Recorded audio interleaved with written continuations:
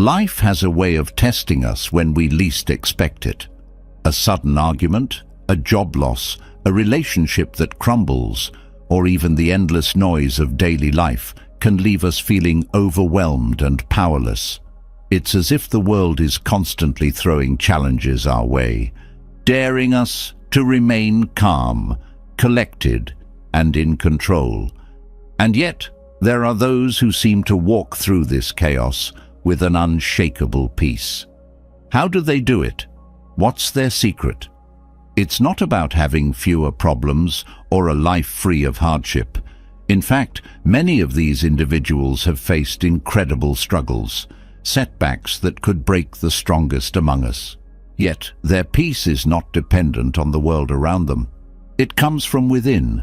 This kind of strength, this ability to remain calm and centered no matter what happens, isn't reserved for a select few. It's something that anyone can cultivate. The journey to this inner peace begins with a shift, not in the world, but in the way we interact with it. For most of us, life feels like a constant tug of war. We cling tightly to expectations, to control, to the hope that things will go our way. And when they don't, as they inevitably won't, we feel frustrated, anxious, and hurt. But what if you could let go of that rope? What if you could step back and stop being pulled in every direction? This isn't about shutting yourself off or ignoring the reality of life. It's about learning to face it with clarity and strength. Life will always be unpredictable. There will be joys and heartbreaks, victories and failures. But peace doesn't come from trying to manipulate every situation to suit your needs. It comes from mastering the art of responding rather than reacting. At the heart of this mastery lies the ability to observe without attachment. It's not about denying your emotions or suppressing your feelings. It's about seeing them for what they are, temporary, passing states that do not define you. This simple but profound shift can transform the way you approach everything in life. Anger no longer consumes you. Fear doesn't paralyze you. Disappointment doesn't shatter your sense of self. To reach this state, you don't need a perfect life. You don't need all the answers. What you need is the willingness to take a step back and see the world and yourself more clearly. Peace isn't something that comes from outside. It's something you cultivate within. And as you nurture this inner strength, you'll find that life's challenges no longer hold the power they once did. Consider this. How much of your stress comes not from what happens to you, but from how you respond? A harsh word, a missed opportunity, or a minor inconvenience can spiral into hours of overthinking and frustration. Yet, the power to break this cycle is always in your hands. It begins with a simple pause, a moment to breathe, to reflect, and to choose your response. This pause, small as it may seem, is the key to reclaiming control over your peace of mind. As you begin this journey, you'll realize that the things you once thought were so important, the opinions of others, the need for constant validation, the fear of failure, start to lose their grip on you. What replaces them is a sense of clarity and freedom.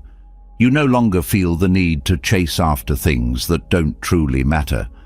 Instead, you focus on what brings genuine joy and meaning to your life. This isn't a process of isolation or avoidance. It's about engagement, engaging with the world from a place of strength and balance.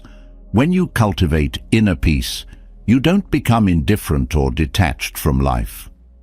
On the contrary, you become more present, more aware, and more compassionate. You see the beauty in small moments, the lessons in every challenge, and the interconnectedness of all things. At its core, this journey is about liberation, not from life, but from the chains we place on ourselves. The fear, the doubt, the constant striving for things that never truly satisfy us, These are the barriers to peace. And with every step you take toward understanding and letting go, you chip away at these barriers. This path isn't about perfection. It's not about never feeling anger, sadness, or frustration. Those emotions are part of being human. But when you learn to navigate them with wisdom, they no longer control you. They become like passing storms, powerful but temporary, unable to shake the foundation you've built within yourself. And as you build this foundation, you'll notice a ripple effect. Your relationships improve because you're no longer reacting out of fear or insecurity. Your decisions become clearer because they're guided by wisdom rather than impulse. Even your physical health can benefit as the stress and tension you once carried start to melt away. What makes this journey even more remarkable is that it doesn't require grand gestures or radical changes. It starts with small, consistent steps, choosing to pause instead of reacting, finding moments of stillness in your day, and cultivating habits that bring you closer to a state of balance and clarity. Over time, these small steps create profound transformation. You might think, "This sounds great, but it's not for me. I'm too anxious, too stressed, too set in my ways." But that's exactly why this path is for you. No one starts this journey from a place of perfection. It's a process of growth, of learning, and of discovering the strength that has always been within you. As you begin to shift your perspective, you'll notice something incredible. The things that once seemed so overwhelming, the criticism, the setbacks, the uncertainties, start to lose their power over you. They're still there, but they no longer dictate your happiness. You find yourself responding to life with a calm confidence, knowing that no matter what happens, you have the tools to face it. This isn't just about feeling better. It's about living better. It's about stepping into each day with a sense of purpose and presence, unshaken by the chaos around you. It's about reclaiming your peace of mind, not by changing the world, but by changing the way you interact with it. So, where do you begin? The first step is simple. Decide to start. Decide that your peace is worth protecting, that your happiness is worth nurturing, and that your life is worth living fully. From there, every small effort you make becomes a step toward a stronger, calmer, more resilient you. This journey isn't about escaping life's difficulties. It's about meeting them with strength, clarity, and compassion. And as you continue to grow, you'll discover that true peace isn't found in avoiding the storms. It's found in learning to stand strong through them. That strength is within you, waiting to be unlocked. Let it guide you. There is a kind of freedom that cannot be taken away by circumstances. It doesn't depend on wealth, success, or the approval of others. This freedom comes from letting go, from releasing the grip we have on the things we think we need to feel secure and happy. It's not easy, but those who learn it experience a kind of lightness that most of us can only dream of. This is the path of non-attachment, a cornerstone of Buddhist teachings. It is not about rejecting the world, but about transforming how we engage with it. Detachment is one of the most misunderstood concepts in Buddhism. Many people think it means giving up everything or living without emotions. But the truth is far more profound. Detachment is about freeing yourself from the suffering that comes from clinging to people, outcomes, possessions, and even your own identity. When you let go of this tight grip, you open yourself to a deeper sense of peace and freedom. At the heart of this principle is the realization that clinging causes pain. The more tightly we hold on to something, the more we suffer when it changes, fades, or disappears. And everything in life is subject to change. Relationships evolve, possessions break or lose their value, and the circumstances we strive so hard to control often spiral beyond our reach. Yet, we continue to cling, hoping that this time things will remain as we wish them to be. This hope, this attachment, is what keeps us trapped. Non-attachment is not a cold rejection of love or joy. It is the opposite. It allows us to experience life fully without the constant fear of loss. It teaches us to love without trying to possess, to enjoy without needing to control, and to live without being ruled by the anxiety of what if. By letting go of clinging, we create space for genuine connection and unshakable peace. One of the first lessons in non-attachment is recognizing the difference between desire and craving. Desire in itself is not harmful. It is natural to want happiness, love, and well-being. But craving, the desperate, grasping need to have something at all costs, is where suffering begins. Craving makes us believe that our happiness depends on external factors, and when those factors are threatened or taken away, we feel shattered. Buddhism teaches us to approach desire with wisdom, appreciating what we have without becoming enslaved by the need for more. Learning non-attachment begins with awareness. Start by observing your reactions. How do you feel when things don't go your way? How tightly do you hold on to your plans, your possessions, or your relationships? Awareness doesn't mean judging yourself for these feelings. It means noticing them. When you see how clinging shows up in your life, you can start to loosen its hold. One of the most challenging forms of attachment is the clinging we have to other people. We often tie our happiness to how others treat us, what they say, or whether they stay in our lives. This kind of attachment creates dependence, and with dependence comes fear. The fear of losing the relationship, the approval, or the connection. Buddhist teachings encourage us to love without attachment, to care deeply without turning relationships into a source of anxiety. Loving without attachment doesn't mean loving less. It means loving more freely. It means giving your presence, compassion, and support without trying to control or possess the other person. It's about respecting their autonomy and allowing the relationship to grow naturally. When you stop clinging, your love becomes a gift, not a demand. Another area where attachment sneaks in is with possessions. Our culture encourages us to measure our worth by what we own, and we often develop a strong emotional connection to material things. But when our identity becomes tied to our possessions, we set ourselves up for suffering. Things break, go out of style, or get replaced. Non-attachment doesn't mean you can't enjoy your belongings. It means you don't let them define you.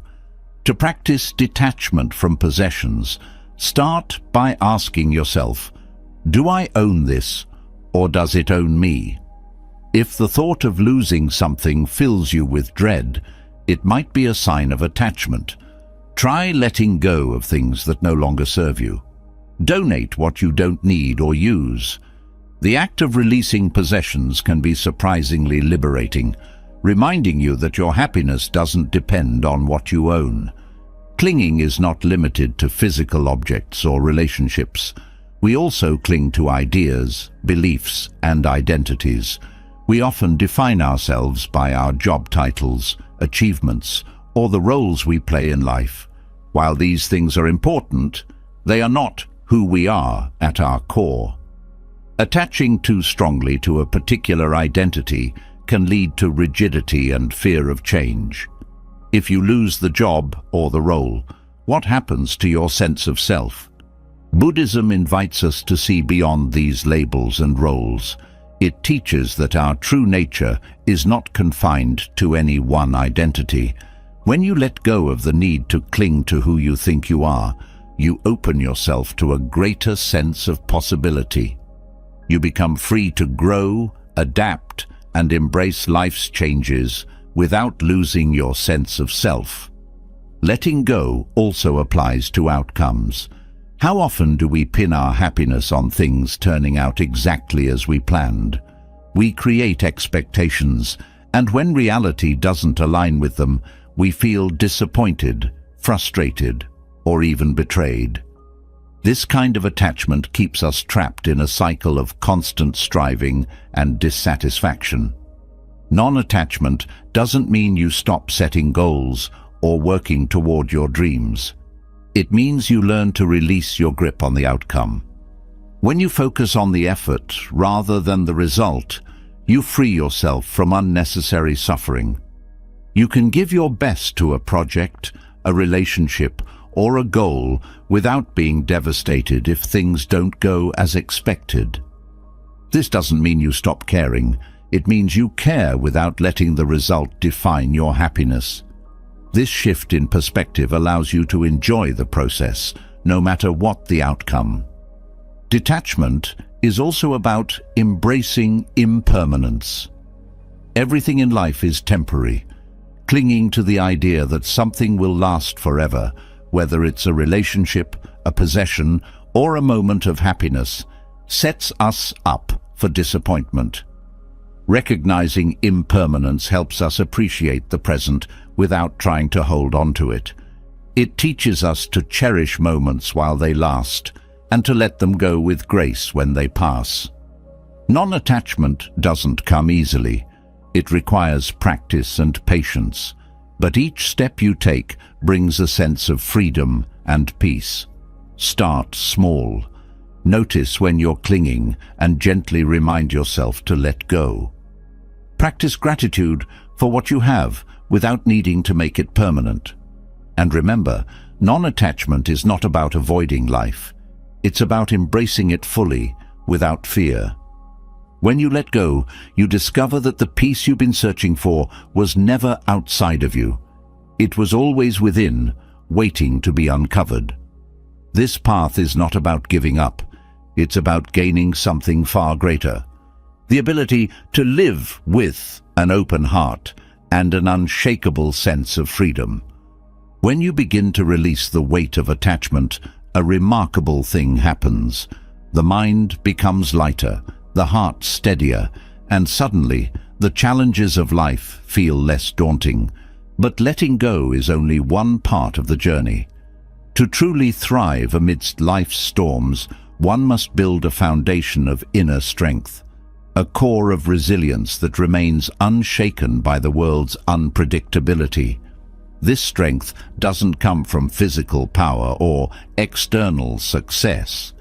It arises from the teachings of Dhamma, the Buddha's timeless path to wisdom, clarity, and unwavering stability. Resilience is often misunderstood. People think it's about toughening up, suppressing emotions, or powering through challenges without flinching. But true resilience, as taught in Buddhism, is rooted in understanding, acceptance, and adaptability. It's the quiet strength that comes from seeing things as they are and responding with wisdom rather than reacting out of fear or anger. This resilience allows you to stand firm, not because life becomes easier, but because you've cultivated the tools to navigate its difficulties with grace. At the core of building resilience is a deep awareness of life's impermanence. Everything changes, joy and sorrow, success and failure, even the people and circumstances we hold dear. Resistance to this truth is often the source of our greatest suffering. When you embrace impermanence, you stop fighting the natural flow of life. Instead of clinging to what was or dreading what might be, you learn to meet each moment with openness. This shift doesn't eliminate pain, but it prevents pain from becoming suffering. Resilience also grows from understanding the nature of your mind. The mind is a powerful tool, but it can also be your greatest obstacle. Thoughts, when left unchecked, can spiral into worry, fear, and self-doubt. The Buddha taught that the key to mastering the mind is mindfulness, being present and aware of your thoughts without becoming entangled in them.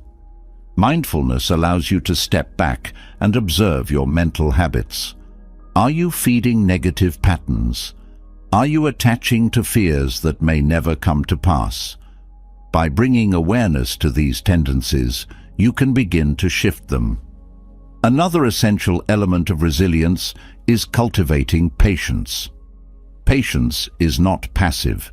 It's an active strength that allows you to endure difficulties without losing your balance. It's the ability to stay grounded in the face of delay, hardship, or frustration. Patience teaches you to trust the process, to understand that growth often takes time, and that challenges are not roadblocks, but stepping stones on your path. With patience, you learn to wait without despair and to act without haste. Compassion, both for yourself and others, is another cornerstone of resilience. Life's challenges can be harsh, and it's easy to turn that harshness inward, blaming yourself for not being strong enough or capable enough. But resilience flourishes when you treat yourself with kindness. When you stumble, instead of criticizing yourself, you offer understanding. This self-compassion creates a safe space within you, a space where you can heal, reflect, and grow stronger. Compassion for others is equally vital. When faced with difficulties, it's natural to feel isolated, as though you're the only one struggling. But recognizing that suffering is a universal experience helps you connect with others rather than withdrawing. This connection is a source of strength. By extending kindness to those around you, even in small ways, you create a sense of purpose that lifts you beyond your own challenges. Resilience is also built through wisdom, particularly the wisdom gained from self-reflection. The Buddha emphasized the importance of introspection, turning inward to examine your thoughts, actions, and intentions. This practice helps you understand the root causes of your struggles and identify patterns that no longer serve you. It's not about dwelling on your flaws, but about learning from them. Through reflection, you gain clarity, and with clarity comes the ability to respond to challenges more skillfully. One of the most practical ways to cultivate resilience is through daily practice. Meditation, for instance, is a powerful tool for strengthening the mind. By sitting quietly and observing your breath, you train yourself to stay present. This practice may seem simple, but its effects are profound. Over time, meditation teaches you to approach life's difficulties with a calm and steady mind. It's like building a muscle. The more you practice, the stronger your resilience becomes. Resilience also requires a sense of purpose. When you have a clear sense of what matters most to you, it becomes easier to navigate challenges. Purpose acts as an anchor, keeping you steady when the waters of life get rough. It reminds you that your struggles are not in vain, that they are part of a larger journey toward growth and fulfillment. Purpose doesn't have to be grand. It can be as simple as the desire to live with integrity, to care for your loved ones, or to contribute to your community. Gratitude is another practice that strengthens resilience. It's easy to focus on what's wrong when life feels hard, but gratitude shifts your perspective. By acknowledging the things you're thankful for, even in the midst of struggle, you remind yourself of the goodness that still exists. Gratitude doesn't deny the difficulties, it balances them. It helps you see that while life may be challenging, it is also rich with beauty and opportunity. Resilience is not about never feeling pain or fear. It's about learning to move through those emotions without being consumed by them. It's about finding the stillness within you that cannot be shaken by external events. This stillness comes from the practice of equanimity. a state of balance and calm that allows you to face life's highs and lows with equal grace. Equanimity doesn't mean indifference. It means being fully present without being overwhelmed. The path of resilience is not linear. There will be days when you feel strong and days when you feel like giving up. This is natural. What matters is your commitment to keep going, to keep practicing, and to keep growing. Each challenge you face is an opportunity to build your inner strength. Each moment of difficulty is a chance to deepen your understanding of yourself and the world around you. Resilience is not something you achieve once and for all. It's a lifelong practice, a skill that you continue to refine with every experience. And as you cultivate this strength, you begin to see that life's challenges, while difficult, are also gifts. They push you to grow, to adapt, and to discover the depth of your own courage. At its heart, resilience is about trust. Trusting yourself, trusting the process, and trusting that even in the midst of difficulty, you have the capacity to endure and overcome. It's about knowing that no matter what life throws at you, you have the tools to face it with wisdom, strength, and grace. As you walk this path, remember that resilience is not about perfection. It's about progress. Each step you take, no matter how small, brings you closer to a life of unshakable peace and strength. The teachings of Dhamma are your guide, offering timeless wisdom to help you navigate life's challenges with clarity and compassion. Embrace these teachings and let them lead you to a place of inner resilience that nothing can shake. When you cultivate resilience, you build a foundation that can withstand life's challenges. But resilience alone isn't enough to fully navigate the chaos of the world. To remain steady in the face of unpredictability, you need a tool that brings clarity to every moment. That tool is mindfulness, the practice of being fully present. Mindfulness doesn't just calm the mind. It transforms how you experience life itself. It becomes a shield, protecting you from being overwhelmed by the noise and turbulence of the outside world. Mindfulness is about paying attention, not just to what's happening around you, but to your inner world as well. It's the act of noticing your thoughts, emotions, and sensations without judgment. The modern world often pulls us in many directions at once, making it easy to feel scattered and disconnected. Mindfulness anchors you, bringing your focus back to what truly matters, the present moment. This simple practice has profound effects, not only in quieting the mind, but in creating space between stimulus and response. In that space lies the power to choose your actions with wisdom and clarity. In moments of chaos, the mind tends to race. Worries about the future or regrets about the past flood in, creating a whirlwind of thoughts that feel impossible to escape. Mindfulness interrupts this cycle by drawing your attention to the here and now. It helps you step back and observe your thoughts rather than being consumed by them. This shift allows you to respond to challenges from a place of calm rather than reacting impulsively. One of the most transformative aspects of mindfulness is its ability to deepen your connection to yourself. Often, we go through life on autopilot, unaware of the subtle ways stress and tension build up in our bodies and minds. By practicing mindfulness, you become attuned to these signals. You notice when your shoulders are tense, when your breath is shallow, or when your thoughts are spiraling. This awareness is the first step in releasing the stress and finding balance. Mindfulness also cultivates a sense of gratitude for the present moment. It encourages you to slow down and truly experience what is happening right now, whether it's the taste of your morning tea, the warmth of sunlight on your skin, or the sound of a loved one's voice. Mindfulness brings these experiences into sharper focus.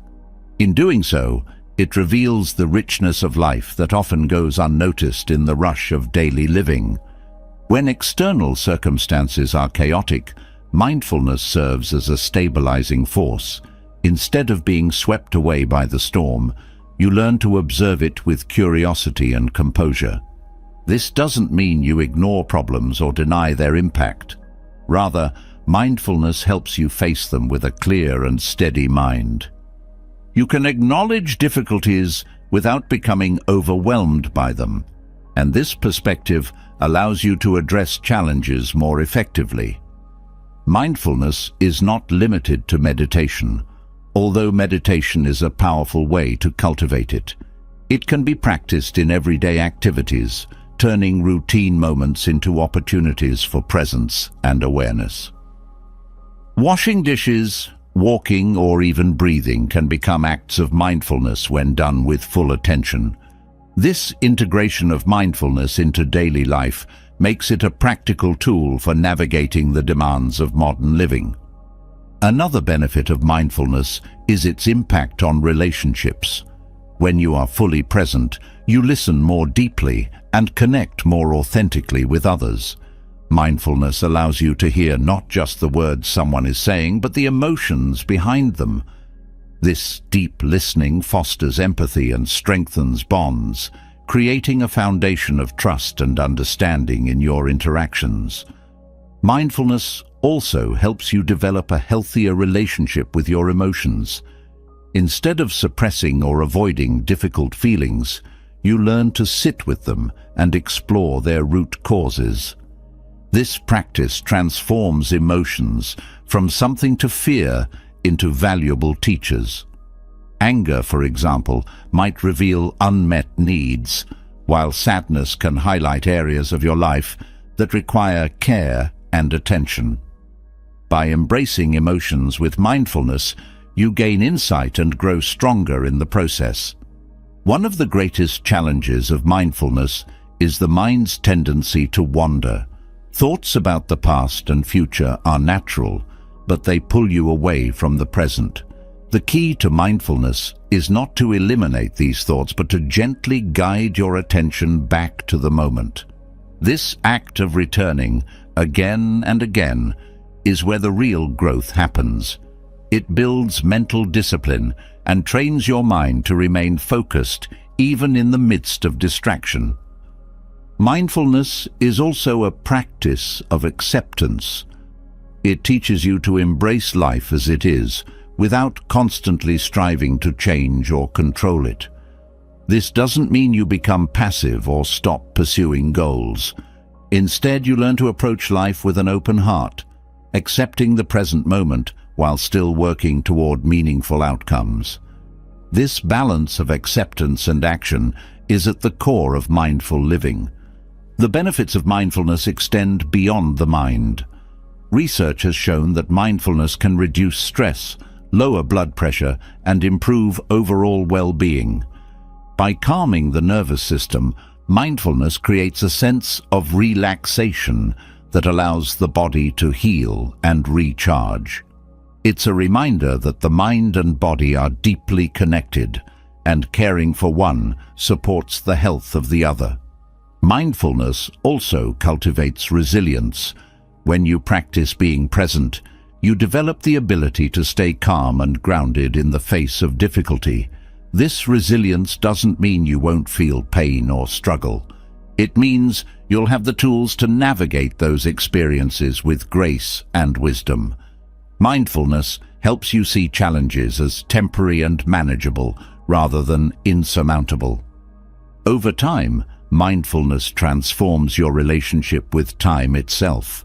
Instead of rushing through moments to get to the next thing, you learn to savor each experience. This shift brings a sense of fulfillment and contentment that is not dependent on external achievements. It's a reminder that life's beauty is found not in grand events, but in the small, everyday moments. In cultivating mindfulness, patience becomes a vital companion. The benefits of mindfulness are not immediate. They unfold gradually with practice. There will be days when it feels effortless and days when it feels impossible. But with patience and persistence, mindfulness becomes a way of being, a natural part of how you engage with the world. Mindfulness also helps you see the interconnectedness of all things. It reveals the ways in which your thoughts, actions, and experiences are linked, creating a deeper sense of compassion for yourself and others. This awareness fosters a sense of unity and belonging, dissolving the barriers that often separate us from one another. At its core, mindfulness is a practice of coming home to yourself. It's a way of reconnecting with your inner wisdom and finding peace in the present moment. It doesn't require special equipment, advanced techniques, or hours of free time. All it asks is your attention, a willingness to pause, to breathe, and to be. In this simplicity lies its power. Mindfulness is not about perfection, it's about practice. It's about showing up for yourself, even on the days when life feels overwhelming. And as you continue to practice, you'll find that the present moment becomes a refuge, a place of stillness and strength, no matter what is happening around you.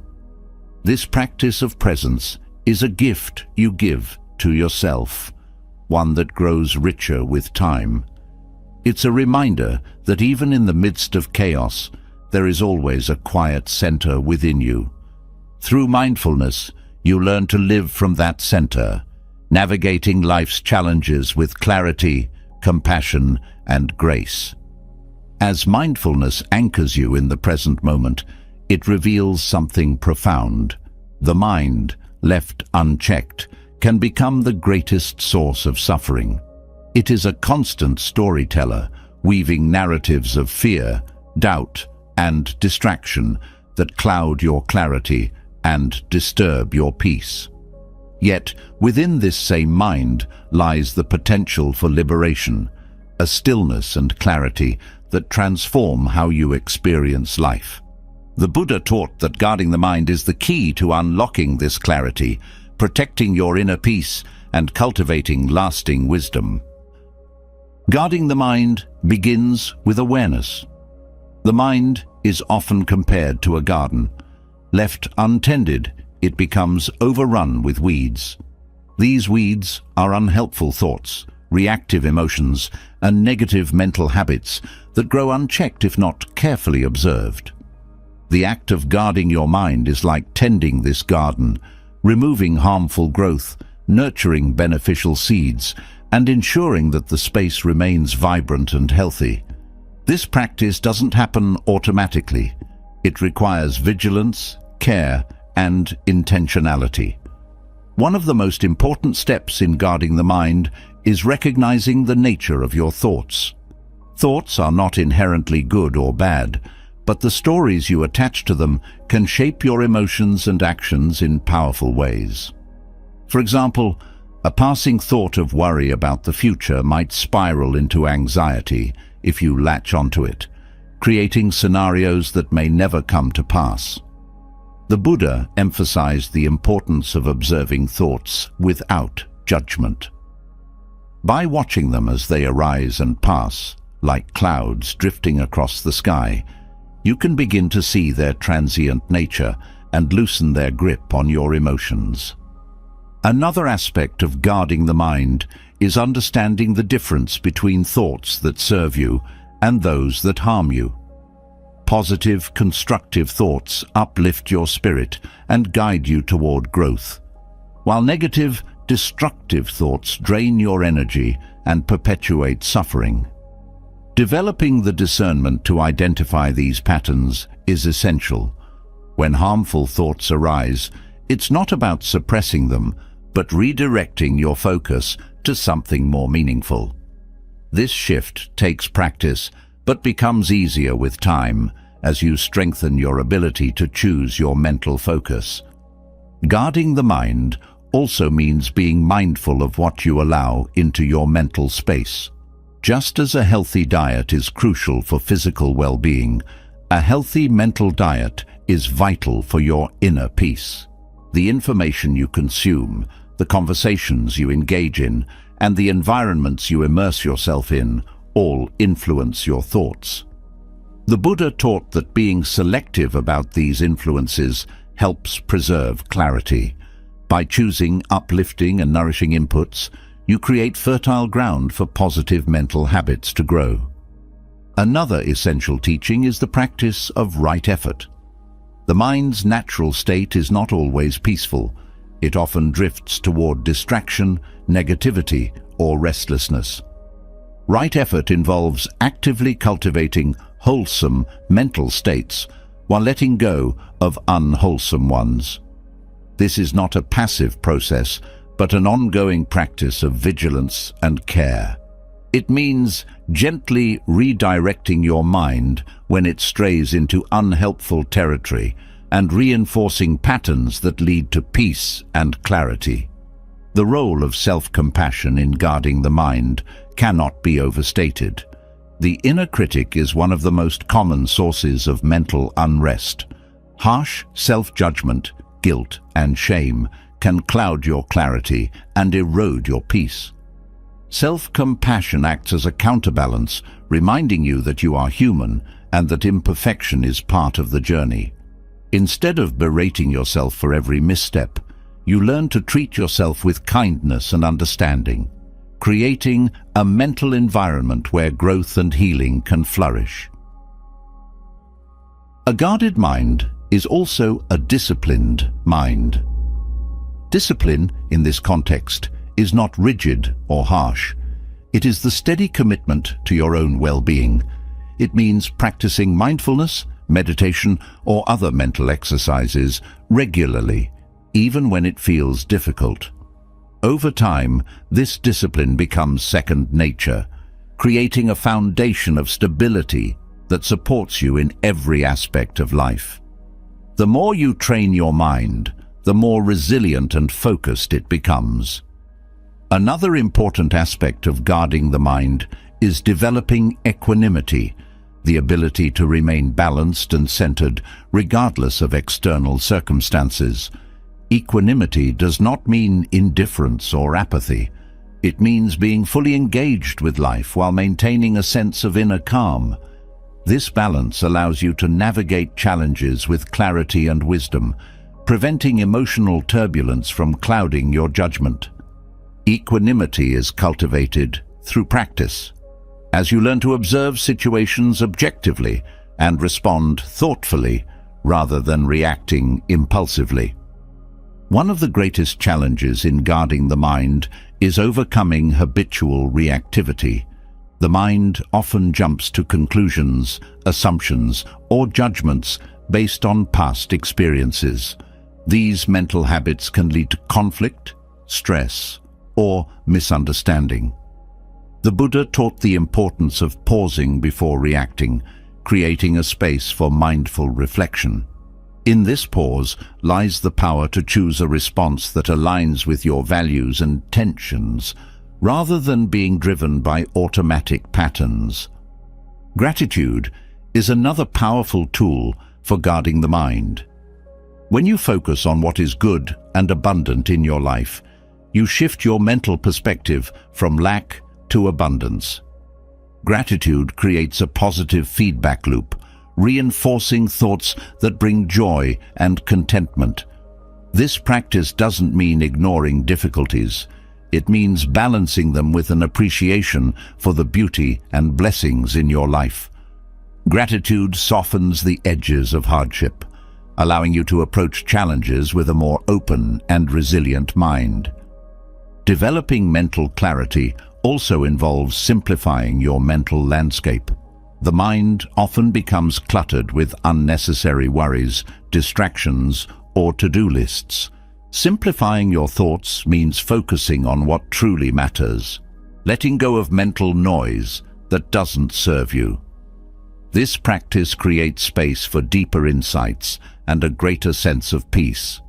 Clarity arises not from adding more, but from removing what is unnecessary. Mindfulness plays a crucial role in guarding the mind. By staying present, you prevent your thoughts from wandering into the past or future, where regret and worry often reside. Mindfulness anchors you in the here and now, where clarity and peace are most accessible. Each moment of mindfulness strengthens your ability to remain grounded, even in the face of challenges. Another dimension of guarding the mind is cultivating joy. Joy is not the fleeting excitement of external pleasures, but the deep, abiding contentment that comes from within. When you nurture joy, you create a mental state that is naturally resilient to negativity. Joy acts as a shield, protecting your mind from the impact of stress or hardship. It reminds you that even in the midst of difficulty, there is still light to be found. Compassion for others also plays a role in mental clarity and peace. When you approach others with kindness and understanding, you reduce the mental turmoil caused by judgment, resentment, or conflict. Compassion creates harmony in your relationships, which in turn fosters a sense of peace within your own mind. This practice is not always easy, especially in challenging situations, but it is deeply transformative.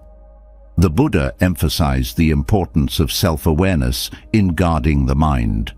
Self-awareness allows you to recognize the triggers that disrupt your peace and the patterns that reinforce it. This knowledge is empowering, as it gives you the tools to navigate life with greater skill. Through self-awareness, you learn to steer your mind away from harmful tendencies and toward thoughts and actions that align with your highest self. A guarded mind is not free from challenges, but it is equipped to handle them with grace. It is a mind that has been trained to seek clarity, cultivate peace, and nurture wisdom. This process is not about achieving perfection, but about making progress. Each step you take in guarding your mind brings you closer to a state of inner harmony that cannot be shaken by external circumstances. As you continue this journey, remember that guarding the mind is a practice, not a destination. It is an ongoing commitment to your own well-being, a daily act of care and intention. With time, patience, and effort, you will discover the profound peace that comes from a mind that is clear, focused, and deeply connected to the present moment. This clarity becomes a guiding light, illuminating your path and helping you navigate life with wisdom and compassion. Guarding the mind gives you clarity and peace, but the strength of a well-guarded mind is magnified when it is paired with compassion. Compassion, or metta in Buddhist teachings, is more than just kindness. It is an active force that softens the edges of conflict, dissolves negativity, and transforms relationships. It allows you to meet difficult moments and challenging people with a heart open to understanding, rather than closing off in frustration or anger. Compassion is not a weakness. It is a profound source of strength that shields you from the corrosive effects of negativity. Compassion begins with the recognition that suffering is universal. Every person you encounter is carrying their own burdens, facing challenges you may never know about. This awareness shifts your perspective from judgment to empathy. Instead of reacting to negativity with defensiveness or anger, compassion invites you to see the underlying pain that might be driving someone's actions. This doesn't mean excusing harmful behavior. It means responding to it with wisdom rather than adding fuel to the fire. Practicing metta starts with yourself. Self-compassion is the foundation of loving kindness, as it teaches you to treat your own struggles with the same care and understanding you would offer to a dear friend. Too often, people are their own harshest critics, replaying mistakes and failures in their minds with relentless judgment. This inner negativity creates a fertile ground for external conflicts. When you learn to show yourself kindness, you break this cycle and create a reservoir of compassion that naturally extends to others. Extending compassion outward begins with intention. The Buddha taught the practice of metta bhavana, or loving-kindness meditation, as a way to cultivate a heart filled with goodwill. In this practice, you start by focusing on someone you care deeply for, wishing them happiness and peace. As the feeling of loving kindness grows, you expand it to include neutral people, those you struggle with, and eventually all beings. This practice is not about forcing yourself to feel a certain way, but about gently training your heart to open. One of the most transformative aspects of metta is its ability to deflect negativity. When faced with anger or hostility, the natural reaction is often to mirror that energy, escalating the situation. Compassion breaks this cycle by offering a different response. Meeting negativity with loving kindness doesn't mean becoming passive or ignoring harmful behavior. It means refusing to let someone else's actions dictate your inner state. Compassion creates a shield that protects your peace while fostering understanding. Compassion also helps to dissolve resentment. Holding on to grudges or bitterness is like carrying a heavy load everywhere you go. It drains your energy and clouds your mind. Forgiveness, guided by compassion, is not about condoning hurtful actions, but about releasing their hold on you. When you forgive, you free yourself from the burden of anger and open the door to healing. Compassion reminds you that forgiveness is not a gift you give to others. It's a gift you give to yourself. Another powerful aspect of metta is its ability to transform relationships. When you approach others with loving kindness, you create an environment of trust and mutual respect. Compassionate communication, listening deeply, speaking kindly and responding thoughtfully, strengthens connections and resolves conflicts. Even in difficult interactions, compassion can shift the dynamic, turning moments of tension into opportunities for understanding. Compassion is not limited to grand gestures. It is often expressed in the smallest acts of kindness. A smile, a kind word, or a simple acknowledgement can have a profound impact on someone's day. These moments of connection remind us of our shared humanity and create ripples of positivity that extend far beyond what we can see. Compassion is contagious. When you show kindness, it inspires others to do the same, creating a cycle of goodwill that benefits everyone. One of the challenges of practicing compassion is balancing it with boundaries. Loving kindness does not mean allowing others to take advantage of you or tolerating harmful behavior. True compassion includes the wisdom to recognize when to step back and protect your own well-being. This balance ensures that your compassion remains a source of strength rather than becoming a source of depletion. The practice of metta also helps to cultivate humility. Compassion reminds you that everyone is on their own journey, with struggles and lessons unique to them. This perspective softens judgment and encourages patience, both with yourself and with others. It shifts your focus from criticizing to supporting, creating a sense of unity rather than division. Humility born of compassion fosters a deep sense of peace, as it frees you from the need to constantly prove yourself or compete with others. Compassion is not always easy, especially in the face of cruelty or injustice. It requires courage to meet hostility with kindness and strength to choose understanding over retaliation. But this courage is what makes compassion so powerful. It transforms the energy of conflict into an opportunity for growth, both for yourself and for others. Compassion is not about being naive or ignoring reality. It is about choosing a response that aligns with your highest values. The practice of metta also extends to how you view the world as a whole. Compassion encourages you to see beyond your immediate circle and consider the well-being of all living beings. This expansive perspective fosters a sense of interconnectedness, reminding you that your actions have far-reaching effects. Whether it's through mindful choices, acts of service, or simply wishing others well, compassion helps you contribute to a more harmonious world. Compassion also has profound effects on your own well-being. Studies have shown that acts of kindness release hormones like oxytocin, which promote feelings of happiness and reduce stress. By focusing on the well-being of others, you shift your attention away from your own worries, creating a sense of perspective and balance. Compassion not only strengthens your relationships, but also nourishes your own heart and mind. One of the most profound teachings of the Buddha is that compassion is a skill, not just an emotion. This means it can be cultivated, strengthened, and deepened through practice. Just as a muscle grows stronger with use, the more you practice compassion, the more naturally it arises in your daily life.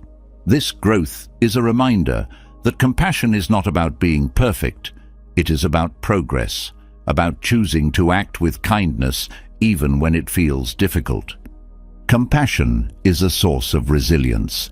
In times of hardship, it gives you the strength to endure and the perspective to see beyond your own pain. It reminds you that you are not alone in your struggles and that helping others can be a powerful way to heal yourself. Compassion turns challenges into opportunities to connect, to grow, and to transform. Through the practice of metta, you create a life that is guided by love rather than fear, by understanding rather than judgment. This way of living is not only more peaceful, but also more fulfilling. Compassion becomes a guiding light, illuminating the path toward deeper connection, greater wisdom, and lasting peace. In cultivating loving kindness, you discover a strength that is rooted not in force, but in the gentle power of an open heart. Compassion opens the heart to understanding, but there are times when the challenges of life require more than kindness. There are moments when the world's noise grows loud, when emotions are provoked, and when reactions seem almost automatic. In these moments, another strength is needed, the calm, unshakable balance of equanimity. This quality, known as upekkha in Buddhist teachings, is not about detachment from life, but about engaging with it from a place of deep, unwavering steadiness. Equanimity is the art of non-reaction. It is the ability to remain centered and composed regardless of praise or blame, success or failure, joy or sorrow. It does not deny emotions or experiences. Rather, it allows you to meet them without becoming consumed by them. It is the quiet confidence that arises when you trust in your ability to navigate life's highs and lows without losing yourself. The root of equanimity lies in understanding impermanence. Everything in life is in constant flux: relationships, circumstances, emotions. When you attach your sense of self-worth to external events, you give them the power to dictate your inner state. Equanimity breaks this cycle by teaching you to find stability within, instead of seeking it in the ever-changing world around you. This understanding creates a profound sense of freedom, as you're no longer at the mercy of external forces. One of the first steps in cultivating equanimity is observing your habitual reactions. The mind has a tendency to label experiences as good or bad, desirable or undesirable. These judgments trigger automatic responses, grasping for what feels pleasant and pushing away what feels uncomfortable. This cycle creates unnecessary tension and often blinds you to the deeper reality of the situation. Equanimity invites you to pause, to step back from these immediate judgments, and to see things with greater clarity. This practice is not about suppressing emotions or pretending that challenges don't affect you. It's about creating space between stimulus and response, allowing you to choose your actions consciously rather than reacting impulsively. This space is where wisdom arises. When you respond from a place of equanimity, your actions are guided by understanding rather than driven by reactivity. Equanimity also requires the cultivation of patience. In moments of provocation, the urge to react quickly can be overwhelming. Patience gives you the strength to sit with discomfort, to let the initial wave of emotion pass without acting on it. This patience is not passive. It is an active practice of holding steady, trusting that clarity will come with time. Patience allows you to remain grounded, even in the midst of chaos. Another key aspect of equanimity is letting go of the need for control. Much of the stress and frustration we experience comes from trying to control outcomes that are beyond our influence. Equanimity teaches you to focus on what you can control, your own thoughts, actions, and attitudes, while releasing attachment to results. This shift not only reduces stress, but also brings a sense of ease and acceptance. Equanimity is also deeply connected to self-awareness. To remain balanced in the face of provocation, you must first understand your own triggers. What makes you feel defensive? What situations spark anger or fear? By identifying these patterns, you gain insight into the roots of your reactions. This awareness empowers you to approach challenging situations with greater understanding and restraint.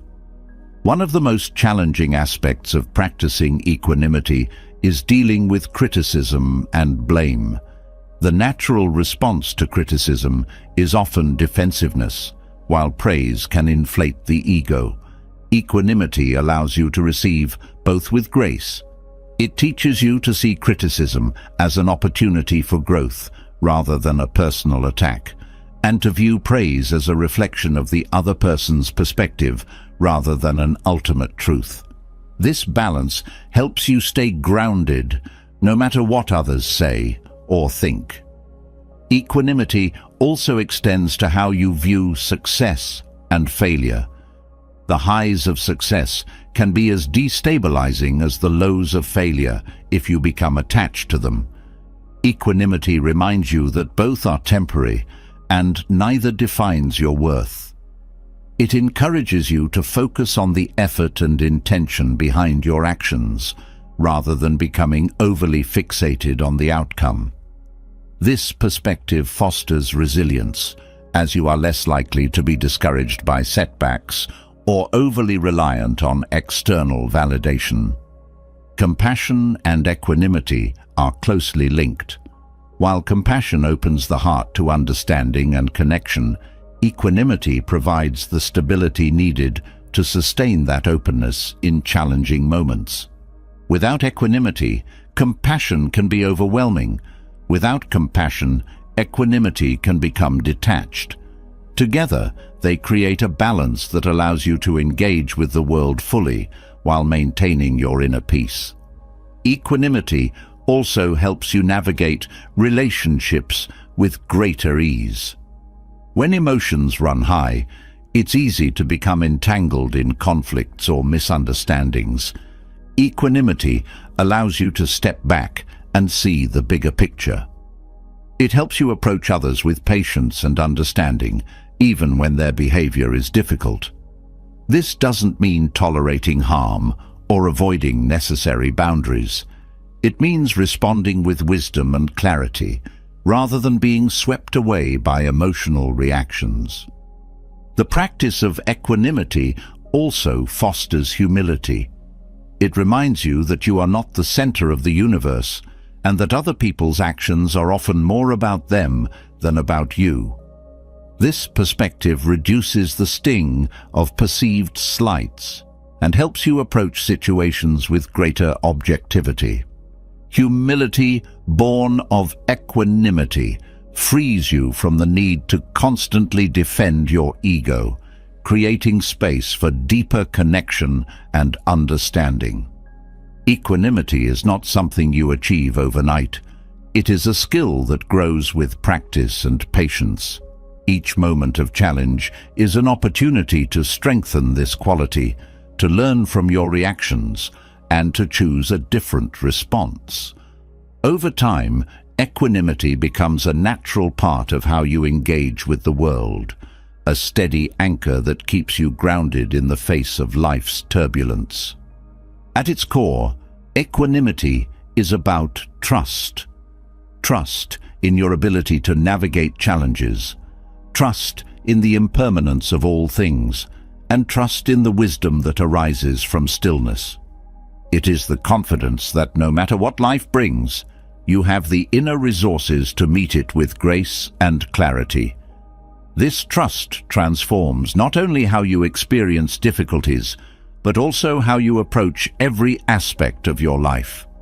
Through the practice of equanimity, you cultivate a state of mind that is both peaceful and powerful. It is a peace that cannot be shaken by external events, and a power that comes from being rooted in the present moment. This balance is not just a personal refuge, but a gift you bring to the world. When you remain calm and composed, you inspire others to do the same, creating a ripple effect of stability and harmony. Equanimity is not about removing yourself from the world, but engaging with it in a way that honors your inner peace. It is the art of remaining steady, not by avoiding life's storms, but by learning to stand strong in their midst. Through this practice, you discover a depth of strength and clarity that transforms how you experience the world and how the world experiences you. Equanimity teaches you to find stability in the storm, but to truly embody this calm, it is essential to understand and embrace the transient nature of all things. Life's impermanence, known as anicca in Buddhist teachings, is not just a philosophical idea. It is the fundamental truth that shapes every moment of existence. Everything changes: the seasons, our emotions, the people in our lives, and even our own bodies. To resist this truth is to invite suffering, but to live in harmony with it is to discover profound peace. Impermanence can be unsettling, especially when it touches the things we hold dear. Yet, it is also what makes life precious. If everything were permanent, there would be no growth, no movement, no opportunity for transformation. Embracing impermanence is not about resigning yourself to loss.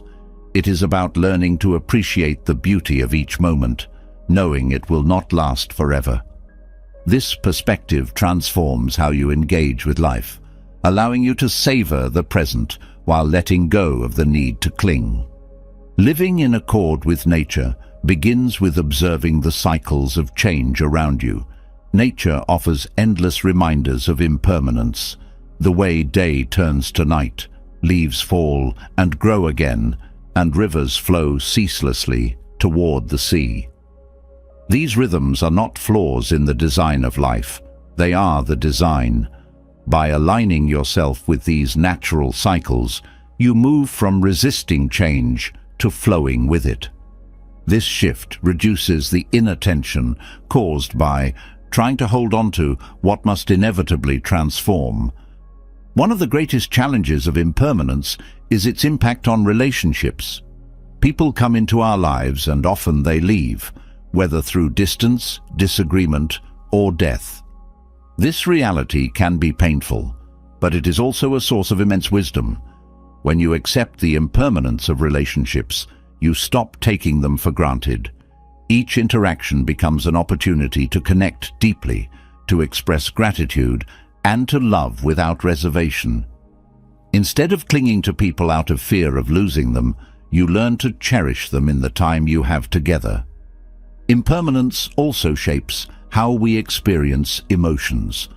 Joy and sorrow, hope and despair, anger and love. These feelings rise and fall like waves. Trying to hold on to positive emotions or push away negative ones only creates more suffering. When you embrace the transient nature of emotions, you allow them to move through you without becoming trapped in them. This openness helps you navigate both the highs and lows of life with greater ease and balance. Another profound teaching of impermanence is its effect on how we view material possessions. Things break, wear out, or lose their appeal. When we attach our happiness to these objects, we set ourselves up for disappointment. Living in accord with nature means appreciating the utility and beauty of possessions without letting them define us. It is not about rejecting material things, but about relating to them with a sense of perspective. This mindset frees you from the endless cycle of craving and consumption, allowing you to focus on what truly matters. Impermanence also teaches us about the nature of the self.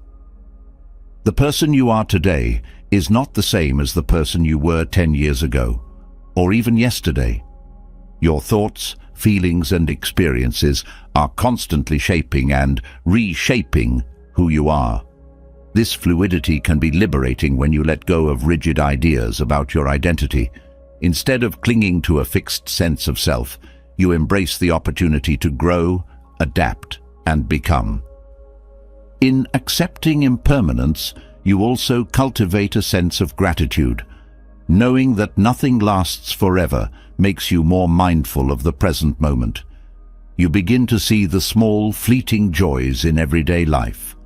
A kind word, a sunset, the sound of laughter, and recognize their value.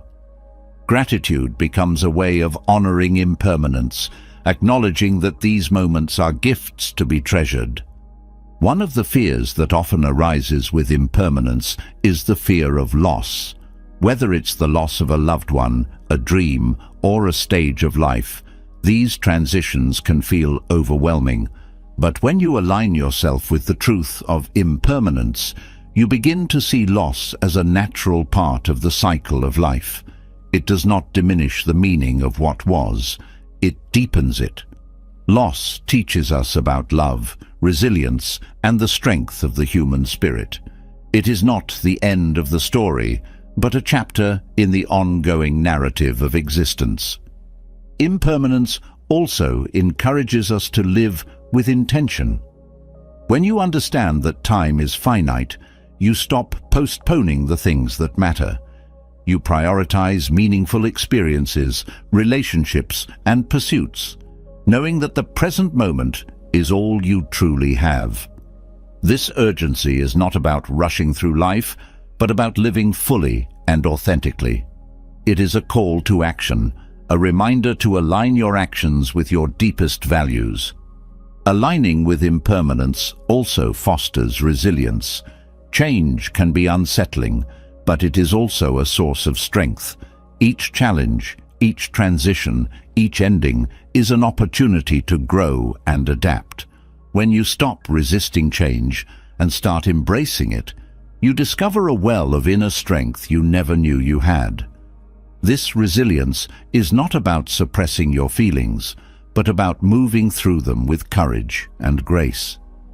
Impermanence is not a concept to be understood intellectually. It is a truth to be lived. Meditation on impermanence can help deepen this understanding. Reflecting on the transient nature of your thoughts, sensations, and experiences grounds you in the reality of change. This practice does not create detachment. It fosters a profound connection to life as it is, in all its beauty and fragility. Living in accord with impermanence also changes how you view success and failure. Both are temporary, and neither defines your worth. This perspective frees you from the pressure to achieve at all costs or to avoid mistakes. Instead, you focus on the process, on showing up, giving your best, and learning from each experience. Success and failure become stepping stones on a larger journey rather than endpoints in themselves. The understanding of impermanence also brings peace to the fear of death. Death is often seen as the ultimate loss, but in the Buddhist view, it is a natural part of the cycle of life. Just as day turns to night and winter gives way to spring, death makes way for renewal.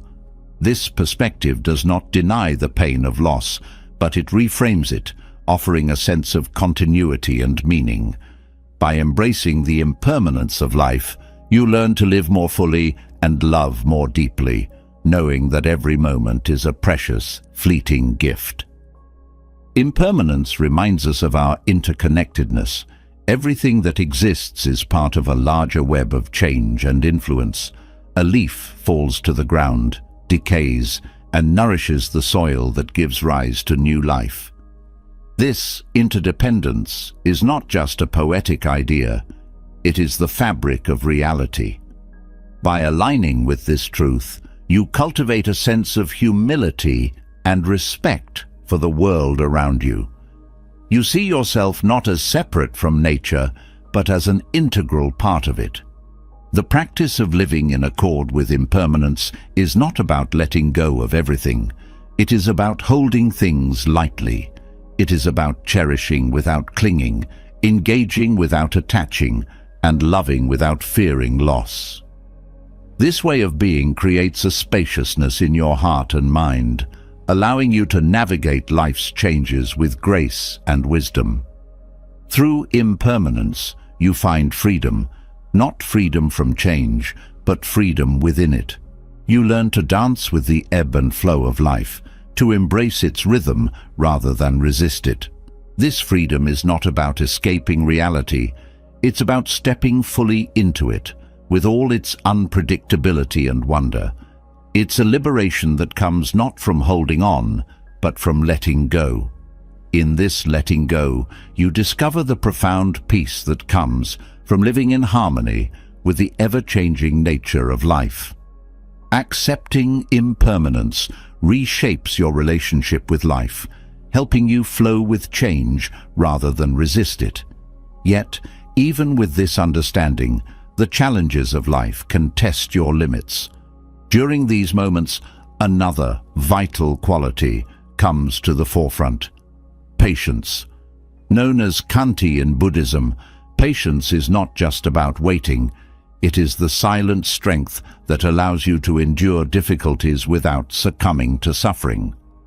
It's the calm that steadies you in the face of frustration, the resilience that keeps you grounded when life feels overwhelming, and the grace that allows you to respond with wisdom rather than reaction.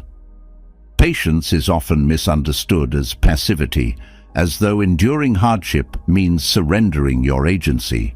But in Buddhism, patience is an active virtue. It is the ability to remain composed and balanced, not because you have given up, but because you trust in the process of time and effort. It is the quiet courage that allows you to face obstacles without becoming consumed by them, knowing that every challenge, like every storm, will eventually pass. The foundation of patience lies in acceptance, accepting the reality of the present moment without resisting or wishing it were different. This acceptance does not mean resigning yourself to suffering. It means acknowledging what is, so you can navigate it with clarity. When you resist the present, you create tension and frustration, but when you accept it, you open the door to peace and possibility. This shift in mindset transforms how you experience challenges, allowing you to face them with a sense of calm rather than chaos. Patience is closely tied to mindfulness. When your mind is scattered, jumping between past regrets and future worries, it is easy to become impatient. Mindfulness brings your focus back to the present, helping you see the situation as it truly is, rather than through the lens of frustration or anxiety. This clarity allows you to respond thoughtfully instead of reacting impulsively. Mindfulness and patience work hand in hand, each reinforcing the other to create a state of inner stability. Another essential aspect of patience is self-compassion. When faced with difficulties, people often become their own harshest critics, blaming themselves for not handling things better or for struggling in the first place. This self-judgment only adds to the burden. Patience teaches you to approach yourself with kindness, recognizing that growth takes time and that setbacks are a natural part of the journey. Self-compassion turns impatience into understanding, creating a space for healing and resilience. Patience also requires a deep trust in the process of life. It is easy to become discouraged when results don't come as quickly as you'd like, whether in relationships, work, or personal growth. But patience reminds you that progress often unfolds in ways that are not immediately visible. Seeds take time to sprout, and the most meaningful changes often happen slowly. Trusting in this process allows you to remain steady, even when the outcome seems distant or uncertain. In relationships, patience is a cornerstone of harmony. Misunderstandings, conflicts, and differences are inevitable when interacting with others. Without patience, these moments can escalate into frustration or resentment.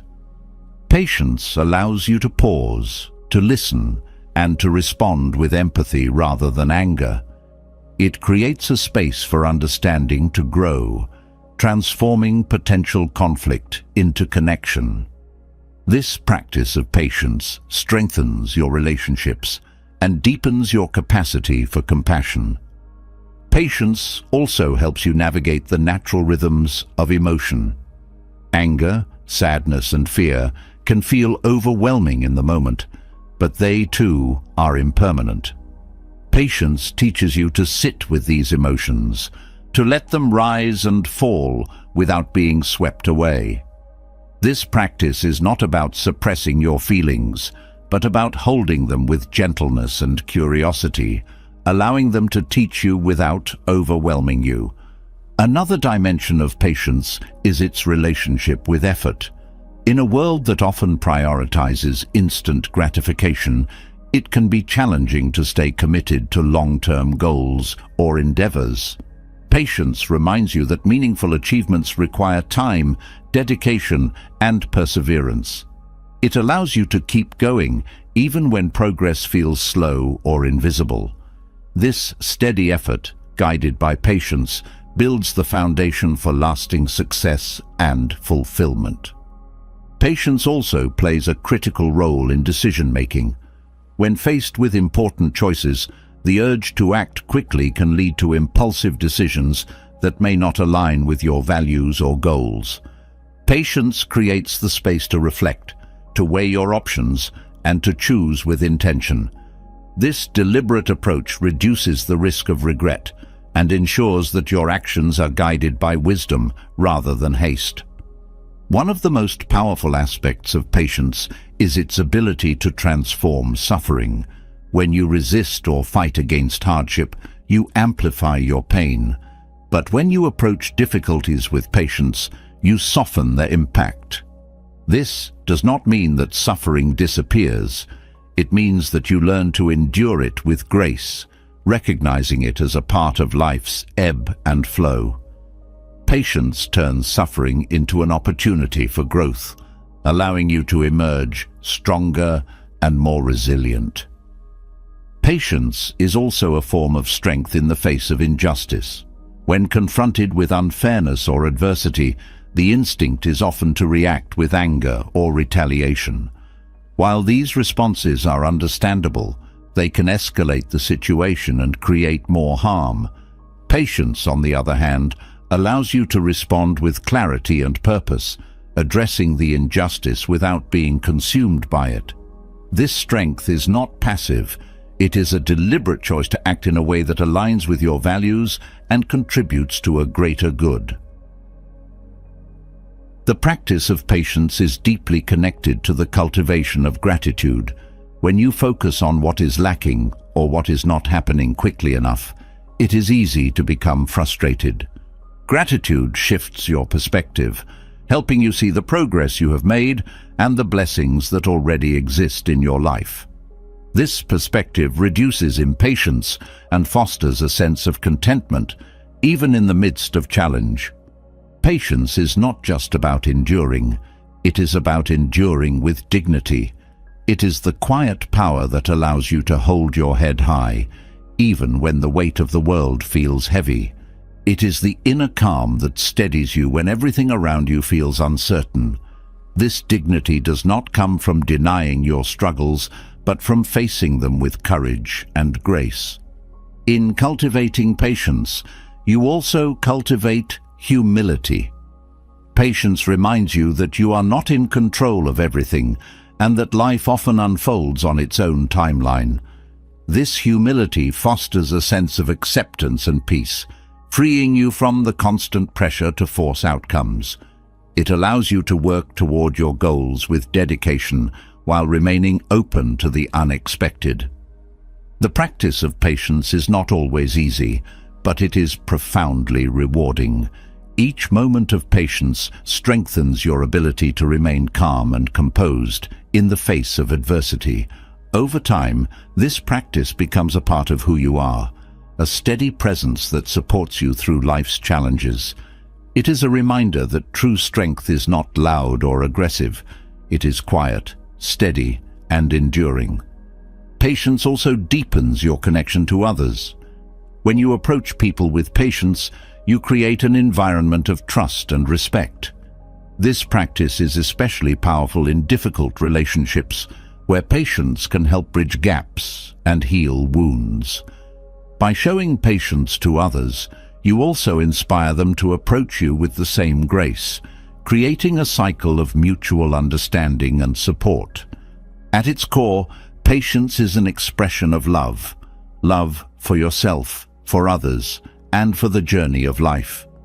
It is a commitment to showing up fully, even when the path is challenging. It is a promise to yourself that you will not give up, no matter how long it takes.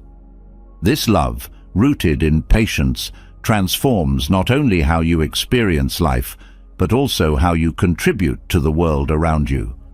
Through patience, you discover a strength that does not waver, a peace that does not falter, and a resilience that carries you through even the darkest times.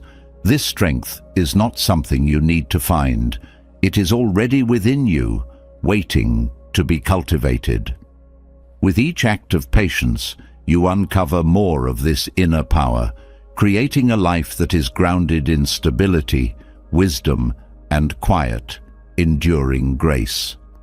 Patience reveals the silent strength within you, guiding you through challenges with calm and grace.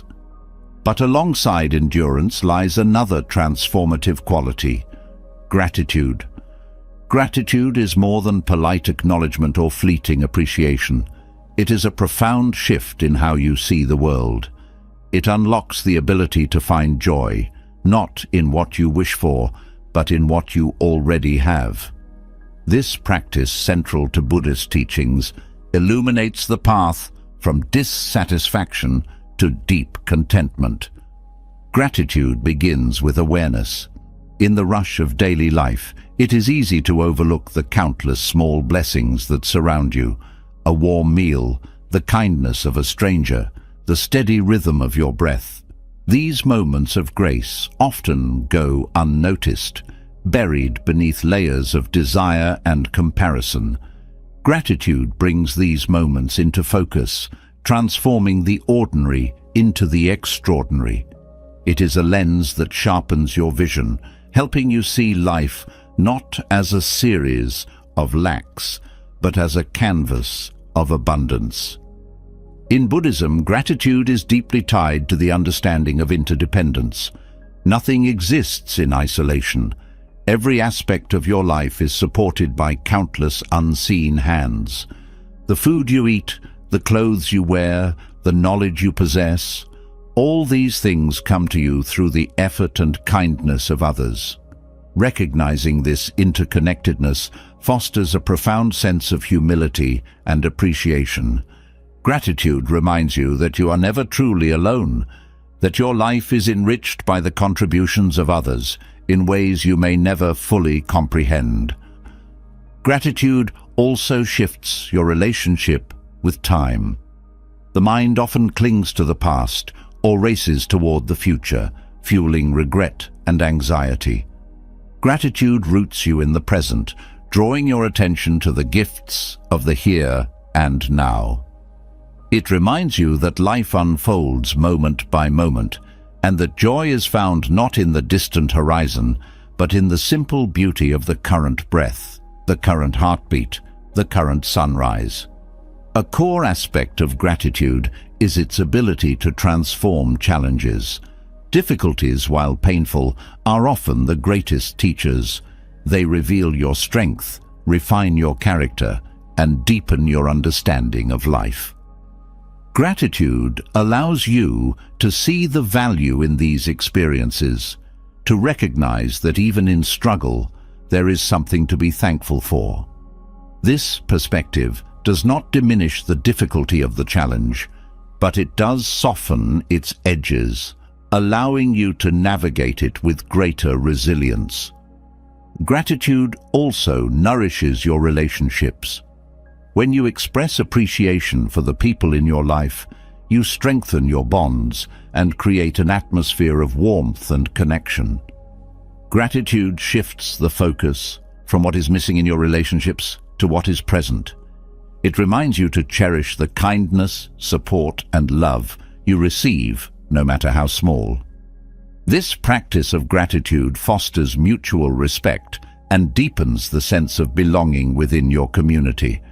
Another profound teaching of gratitude is its role in reducing envy and comparison. The human mind has a tendency to focus on what others have and what you lack. This comparison fuels dissatisfaction and creates a cycle of craving. Gratitude breaks this cycle by redirecting your attention to what you already possess. It shifts your focus from scarcity to abundance, helping you see that your life is already full of blessings, regardless of external circumstances. Gratitude also brings clarity to the impermanence of life. When you understand that everything is transient, the joys, the sorrows, the people you love, you learn to cherish each moment as it comes. Gratitude helps you hold these moments lightly, appreciating them fully without clinging. This practice not only enhances your joy, but also prepares you to let go with grace when the time comes. Gratitude is deeply linked to mindfulness. When you are fully present, you become more attuned to the gifts of the moment. The warmth of the sun on your skin, the sound of laughter, the taste of a simple meal. Mindfulness brings these experiences to life, and gratitude amplifies their richness. Together, they create a state of being where contentment arises naturally, free from the need for more. In cultivating gratitude, self-reflection plays a vital role. Reflecting on what you are thankful for deepens your understanding of life's blessings. This reflection can take many forms: a gratitude journal, a moment of silent thanks before a meal, or a heartfelt conversation with someone you appreciate. These practices anchor gratitude in your daily life, transforming it from a fleeting feeling into a lasting habit. Gratitude also extends to yourself. Too often, people focus on their flaws or what they perceive as lacking within themselves. Gratitude shifts this perspective, encouraging you to acknowledge your strengths, your growth, and the effort you put into your journey.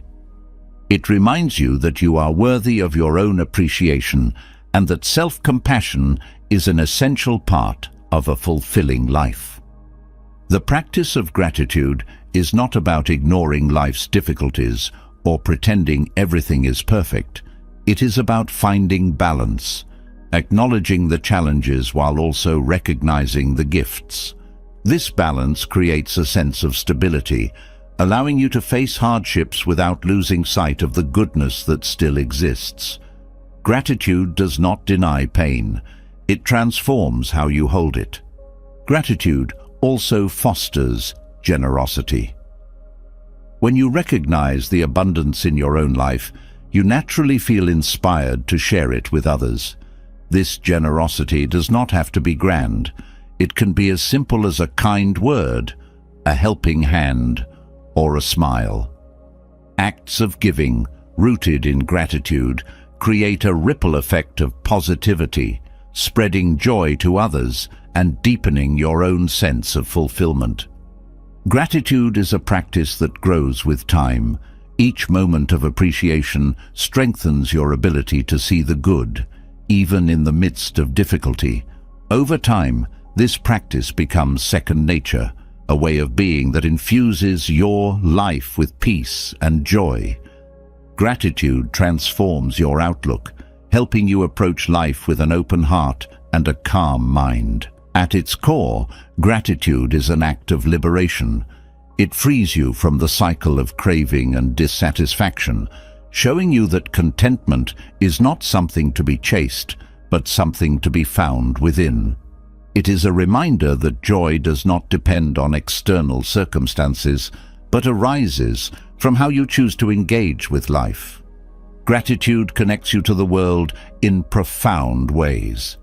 It reveals the beauty of interdependence, the richness of the present moment, and the resilience of the human spirit. Through gratitude, you discover that even in life's simplest moments, there is a depth of joy waiting to be uncovered. This realization transforms how you see the world and how you move through it, grounding you in a sense of contentment that nothing can shake. Gratitude opens the heart and reveals the fullness of life, but even in moments of profound appreciation, fear and shame can creep into the mind, casting shadows over joy. These emotions, deeply human and universal, often feel insurmountable. Yet within Buddhist teachings lies the wisdom to face them, not with resistance or avoidance, but with courage and self-compassion. These qualities transform fear and shame from sources of suffering into opportunities for growth and liberation. Fear arises from uncertainty, the unknown, and the perceived threats to what we hold dear. It is rooted in the desire to control outcomes and protect what feels safe. Buddhism teaches that fear is often a projection of the mind, a response to what might happen rather than what is happening. By grounding yourself in the present moment, you can begin to dismantle fear's grip. Mindfulness becomes a tool to observe fear without judgment, to see it clearly for what it is, and to respond with clarity rather than reactivity. Shame, on the other hand, stems from the inner critic, a harsh, often relentless voice that magnifies flaws and mistakes. It ties self-worth to perceived failures, creating a cycle of self-blame and unworthiness. Buddhist teachings offer a pathway out of this cycle through self-compassion. When you turn toward yourself with the same kindness and understanding you would offer a friend, you disrupt shame's power. Self-compassion reminds you that imperfection is not a flaw, but a shared human experience. Both fear and shame thrive on isolation. They convince you that you are alone in your struggles, that your fears or perceived inadequacies are unique. Buddhism counters this isolation with the principle of interconnectedness. Recognizing that everyone experiences fear and shame in some form dissolves the barriers these emotions create. You realize you are not alone. You are part of a larger, shared journey of growth and healing. One of the first steps in overcoming fear is acknowledging it without letting it define you. Fear often grows stronger when ignored or suppressed, but when brought into the light of awareness, it begins to lose its intensity. This practice requires courage, the willingness to face discomfort and uncertainty with an open heart. Courage does not mean the absence of fear. It means acting with wisdom and purpose despite it. Shame, too, can be disarmed through awareness. By observing the thoughts and beliefs that fuel shame, you gain insight into its origins.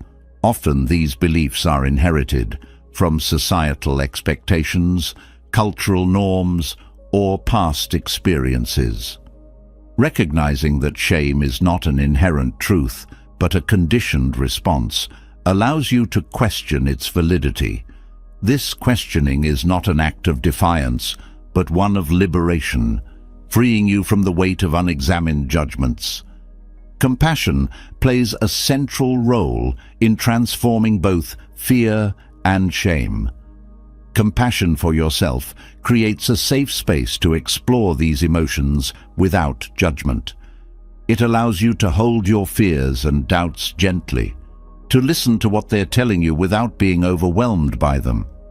Compassion for others extends this understanding outward, helping you see that the people around you are also navigating their own fears and feelings of inadequacy. This shared humanity fosters connection and reduces the sense of isolation that fear and shame often bring.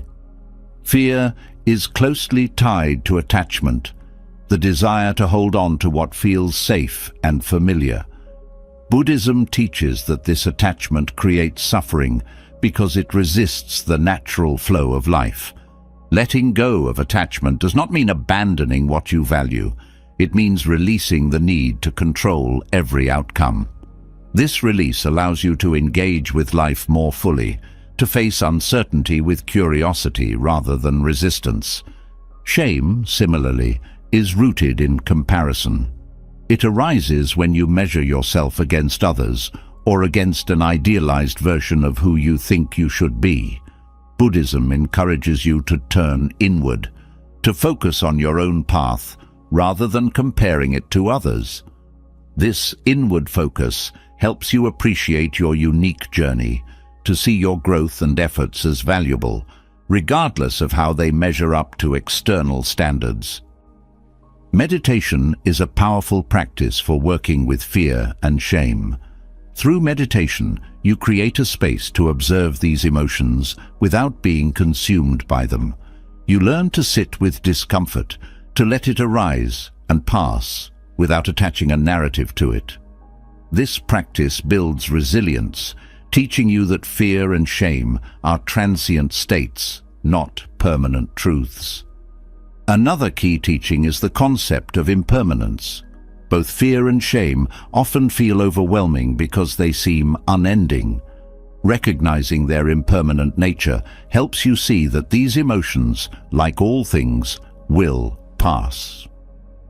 This understanding does not diminish their intensity, but provides a sense of perspective, allowing you to navigate them with greater ease.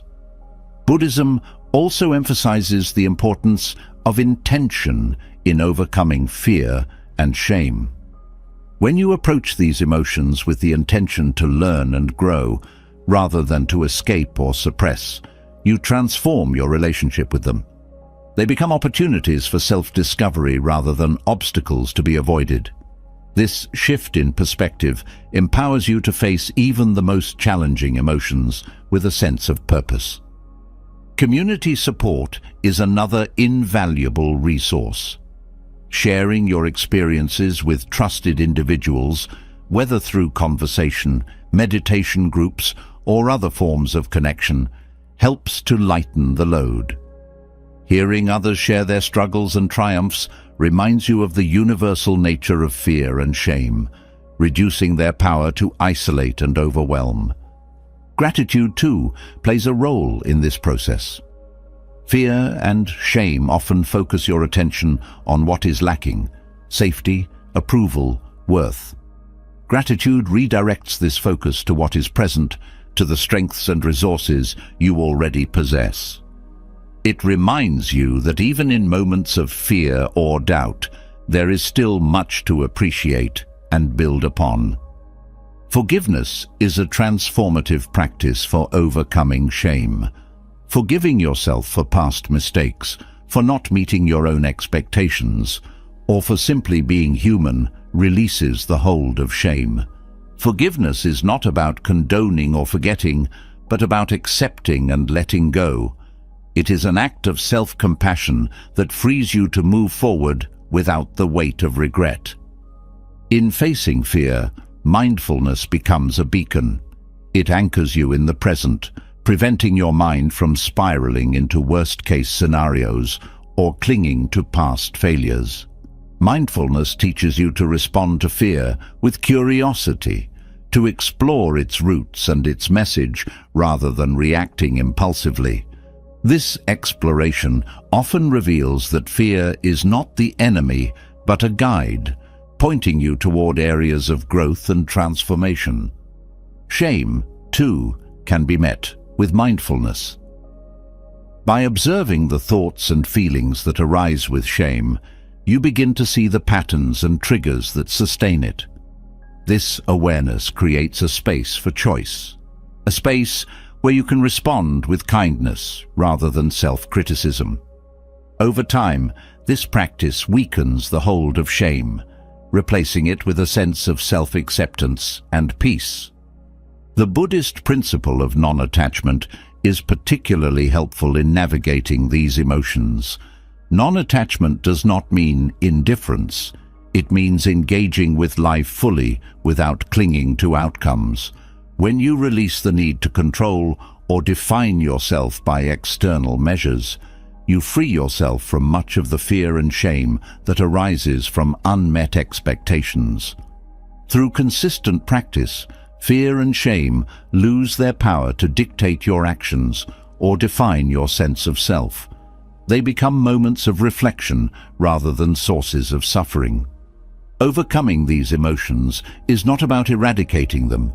It is about transforming your relationship with them. It is about meeting them with wisdom, compassion, and courage, and allowing them to become catalysts for growth and self-discovery. Buddhist teachings remind you that fear and shame are not signs of weakness. They are invitations to deepen your practice, to reconnect with your inner strength, and to cultivate a greater sense of compassion for yourself and for others. These emotions, when approached with patience and understanding, reveal the profound resilience of the human spirit and the boundless capacity for healing and growth within each of us. Facing fear and shame with courage and compassion reveals the depths of your resilience and the transformative power of acceptance. Yet, to sustain this strength and maintain a peaceful mind, there must be a foundation, a guiding principle that aligns your actions with your inner values. In Buddhism, this foundation is sila, or ethical conduct. Sila is not merely a set of rules. It is a way of living that cultivates harmony, integrity, and stability within yourself and your interactions with the world. It is the bedrock upon which inner peace and clarity are built. Ethical conduct in Buddhism begins with intentionality. Actions are not judged solely by their outcomes, but by the motivations behind them. This focus on intention encourages mindfulness in every decision, helping you to act in ways that reflect kindness, honesty, and respect for all beings. When your actions are rooted in wholesome intentions, they not only bring positive outcomes, but also protect your inner stability. You are free from the guilt or regret that arises when actions conflict with your values. One of the core teachings of Sila is the principle of non-harming. This principle extends to all living beings, reminding you to approach life with compassion and care. Avoiding harm is not limited to physical actions. It includes words and thoughts as well. Harsh words or unkind judgments can cause pain as surely as physical acts, both to others and to yourself. By practicing non-harming, you create an environment of safety and trust, allowing relationships to flourish and your mind to remain at ease. Truthfulness is another pillar of Sila. Honesty builds trust, not only with others, but also within yourself. When you speak and act truthfully, you align your external behavior with your inner values, creating a sense of integrity and self-respect. Deception, on the other hand, creates inner conflict and anxiety, as you must constantly manage the gap between reality and the falsehoods you create. Truthfulness simplifies your life and fosters a sense of freedom, as you are no longer weighed down by the burden of dishonesty. The practice of non-stealing, another aspect of Sila, extends beyond material possessions. It includes respecting others' time, energy, and boundaries. Taking without consent, even in subtle ways, creates imbalance and tension in your interactions. Living with respect for others' rights fosters mutual understanding and harmony. This practice also nurtures contentment, as you learn to appreciate what you have rather than coveting what belongs to others. Mindfulness plays a critical role in maintaining ethical conduct. It helps you stay aware of your thoughts, words, and actions, allowing you to pause and reflect before making decisions. This awareness prevents impulsive behaviors that may lead to harm or regret. By cultivating mindfulness, you create a space between stimulus and response, where you can choose actions that align with your values and intentions. Practicing ethical conduct also involves restraint. In a world filled with temptations and distractions, restraint helps you maintain focus on what truly matters. It is not about denying yourself pleasure, but about avoiding actions that lead to unnecessary suffering. Restraint empowers you to act with discernment, ensuring that your choices contribute to your well-being and the well-being of others. Generosity, too, is an integral part of Sila. Giving freely of your time, energy, or resources fosters a sense of abundance and connection. It shifts your focus from self-centered desires to the joy of contributing to others' happiness. Generosity breaks down barriers of separation and cultivates a spirit of gratitude and interdependence. It reminds you that true wealth is not measured by what you have, but by what you share. Ethical conduct is not about perfection, it is about progress. The Buddha recognized that humans are fallible and that growth is a gradual process. Practicing Sila means committing to continuous improvement, learning from mistakes, and striving to align your actions more closely with your values over time. This commitment fosters resilience and self-compassion, as you recognize that each step, no matter how small, contributes to your spiritual growth. Metta, or loving kindness, underpins ethical conduct. When your actions are guided by a genuine desire for the well-being of all beings, they naturally align with the principles of Sila. Loving kindness transforms interactions, creating a ripple effect of positivity and connection. It encourages you to act not out of fear or obligation, but out of a heartfelt commitment to creating harmony and reducing suffering. Practicing Sila also involves examining and transforming unwholesome habits. Habits such as anger, greed, or jealousy can lead to actions that harm yourself and others. Through mindfulness and reflection, you can identify these patterns and work to replace them with more wholesome tendencies. This transformation is not about suppressing negative emotions, but about channeling them in constructive ways. It is about cultivating patience, generosity, and understanding in the face of challenges. The practice of Sila is deeply connected to the principle of interconnectedness. Your actions do not occur in isolation. They ripple outward, affecting others and the world around you. Ethical conduct acknowledges this interconnectedness, encouraging you to act in ways that promote harmony and reduce harm.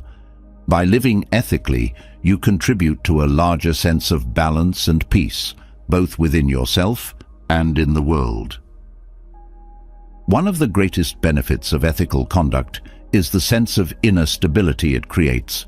When your actions align with your values, you experience a deep sense of integrity and self-respect. This alignment frees you from the inner conflict that arises when behavior contradicts beliefs. It creates a foundation of trust in yourself, knowing that you are acting in ways that reflect your highest intentions. Ethical conduct also fosters humility. It reminds you that you are part of a larger whole, that your actions have consequences beyond yourself. This humility encourages a sense of responsibility and accountability, helping you to act with greater care and mindfulness.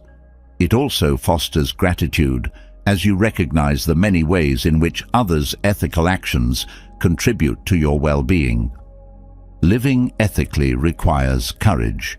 It is not always easy to act in alignment with your values, especially when faced with pressure or temptation, but this courage strengthens your character, building resilience and confidence. Each act of integrity reinforces your commitment to living a life of purpose and meaning. Through the practice of Sila, you cultivate a sense of freedom from the guilt, anxiety and regret that arise from unwholesome actions.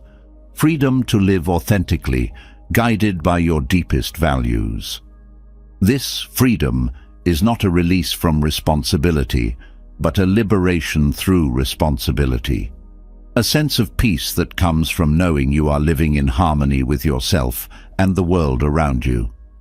As you deepen your practice of ethical conduct, you begin to see its transformative power. It is not just a set of rules to follow, but a way of being that brings stability, clarity, and joy to your life. It is a path of connection, a reminder that your actions matter, and that each choice contributes to the unfolding of a more harmonious and compassionate world. Through Sila, you discover the profound strength and peace that come from living a life of integrity. Living a life of ethical conduct creates a foundation of integrity and inner stability, but to navigate the complexities of life's challenges fully, a more comprehensive framework is needed. The Noble Eightfold Path offers just that, a practical and profound guide for aligning your thoughts, actions and intentions with wisdom and compassion. This path is not a rigid set of rules, but a flexible living practice that addresses the whole of human experience, helping you respond to life's difficulties with clarity and balance. The Eightfold Path is rooted in the understanding that life often presents difficulties, and the way we respond to them determines our inner peace. It is a holistic approach that addresses morality, mindfulness, and mental discipline, weaving these elements together to create a harmonious way of living. Each aspect of the path is interconnected, strengthening and supporting the others. When practiced together, they form a comprehensive guide to reduce suffering and increase understanding. Right view is the first step and serves as the foundation for the entire path. It encourages you to see life clearly, to understand the impermanence of all things, and to recognize the interconnected nature of existence. This perspective transforms how you experience challenges. Instead of clinging to fixed outcomes or resisting change, you develop an openness to life as it unfolds. Right view fosters wisdom, helping you discern the causes of suffering and the way to overcome it. Right intention complements right view by focusing on the motivations behind your actions. It calls for intentions rooted in kindness, compassion, and a genuine desire to reduce harm. When your intentions align with these principles, your actions naturally follow. This alignment not only resolves inner conflict, but also creates harmony in your relationships and interactions with the world. Right intention teaches you to approach challenges with a heart guided by understanding rather than fear or anger. Right speech emphasizes the power of words.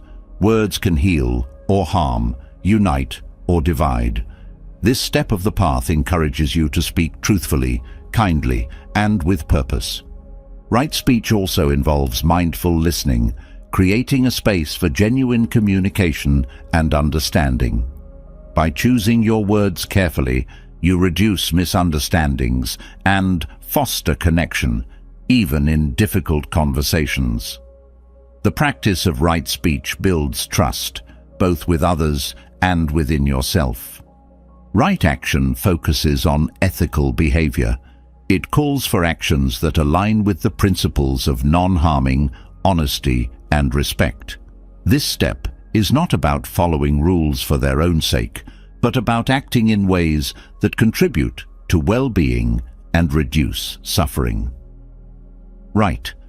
Action transforms how you approach challenges, encouraging you to act with integrity and thoughtfulness, even in complex situations. It reminds you that every action has consequences and that you have the power to choose actions that create positive outcomes. Right livelihood extends the principle of ethical conduct into your work and daily activities. It encourages you to engage in professions and practices that support rather than harm others. Right livelihood is not limited to paid work. It includes all the ways you contribute to the world. When your livelihood aligns with your values, it brings a sense of purpose and fulfillment, reducing the inner tension that arises from ethical conflicts. Right effort is the practice of cultivating and maintaining wholesome qualities while letting go of unwholesome ones. This step emphasizes balance, avoiding extremes of overexertion or passivity. Right effort is not about forcing yourself to be perfect, but about nurturing positive habits and attitudes. It teaches you to approach challenges with persistence and patience, building resilience and strength over time. Right effort is the energy that sustains your practice and keeps you moving forward. Right mindfulness calls for presence and awareness. It encourages you to be fully engaged in each moment, observing your thoughts, emotions, and surroundings without judgment. Mindfulness creates a space for clarity and calm, allowing you to respond to challenges thoughtfully rather than reacting impulsively. Right. Mindfulness is the foundation of inner peace, helping you remain steady and centered even when life feels chaotic. Right concentration focuses on mental discipline and the ability to maintain focus. It involves practices such as meditation that train the mind to stay present and engaged. Right concentration sharpens your awareness and deepens your understanding, allowing you to approach challenges with a clear and focused mind. This step supports all other aspects of the path, providing the mental clarity needed to act with wisdom and compassion.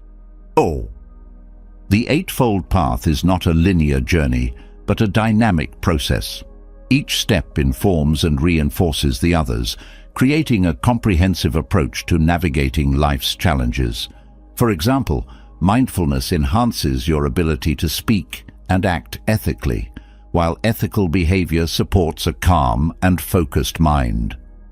This interconnectedness makes the path adaptable to the complexities of life, providing guidance that is both practical and profound. One of the most powerful aspects of the Eightfold Path is its emphasis on personal responsibility. It teaches that while external circumstances influence your life, your inner peace is ultimately determined by your own thoughts, actions, and attitudes. This perspective is liberating as it empowers you to create a life of purpose and harmony regardless of external challenges. The path also fosters a sense of interconnectedness. By living ethically and mindfully, you contribute to a more compassionate and balanced world. Your actions ripple outward, influencing those around you and creating a cycle of positivity and understanding. The Eightfold Path reminds you that your well-being is deeply connected to the well-being of others, encouraging a life of service and contribution. Through the practice of the Eightfold Path, you cultivate wisdom, compassion, and inner stability. These qualities transform how you experience challenges, helping you face them with courage and clarity. The path is not about avoiding difficulties, but about engaging with them in ways that reduce suffering and promote growth. It is a guide to living with integrity and balance, a way to navigate the complexities of life with grace and wisdom. The Eightfold Path is not a destination, but a lifelong practice. Each moment offers an opportunity to align your actions with its principles, to deepen your understanding, and to grow in compassion. This practice is not about perfection, but about progress, about taking steps, however small, toward a life of greater peace and purpose. By following the Eightfold Path, you create a life that reflects your highest values, a life guided by wisdom and compassion. This path is not just a response to challenges. It is a way of being that transforms how you experience the world and how the world experiences you. Through this practice, you discover the profound peace and resilience that come from living in harmony with yourself and with all of existence. The Eightfold Path guides you toward clarity, compassion, and a steady mind, offering tools to navigate the complexities of life with grace. Yet even with this wisdom, there are moments when words strike like arrows, provoking anger or hurt. Criticism and insults, so often seen as sources of pain, can become some of the most powerful teachers on the path of mindfulness and non-attachment. They hold a mirror to the ego, revealing the attachments and insecurities that bind the heart. Through the lens of Buddhist practice, these moments of offense are not merely to be endured, but to be transformed into profound opportunities for growth. Insults often trigger an immediate emotional response: anger, humiliation, or defensiveness. This reaction arises from the ego's need to protect its image, to maintain a sense of superiority or control. Buddhism teaches that this instinctive reaction is not an inevitable truth, but a conditioned response. By observing the mind's patterns, you begin to see that the sting of an insult is not caused by the words themselves, but by your attachment to how you perceive yourself. Letting go of this attachment is the first step in transforming insults into tools for liberation. Criticism and offense reveal where the ego is most vulnerable. If harsh words provoke anger, it may point to an attachment to pride or a fear of inadequacy. If they evoke sadness, it may highlight a longing for approval or a fear of rejection. By approaching these emotions with curiosity rather than judgment, you uncover the deeper truths about yourself. This self-awareness is not about blame, but about understanding, a compassionate inquiry into the roots of your reactions. Mindfulness plays a critical role in responding to insults. When an insult is directed at you, there is often a split-second window before your reaction takes over. Mindfulness allows you to pause in that space, to observe the insult and your emotions without immediately reacting. This pause creates a moment of freedom, a chance to choose your response rather than being swept away by instinct. Over time, this practice strengthens your ability to remain composed and thoughtful, even in the face of provocation. Non-attachment is another key teaching in handling criticism. The mind often clings to praise and approval, using them as measures of self-worth. When this attachment is present, insults feel like personal attacks, threats to the carefully constructed identity the ego clings to. Non-attachment frees you from this cycle, reminding you that your worth is not determined by others' opinions.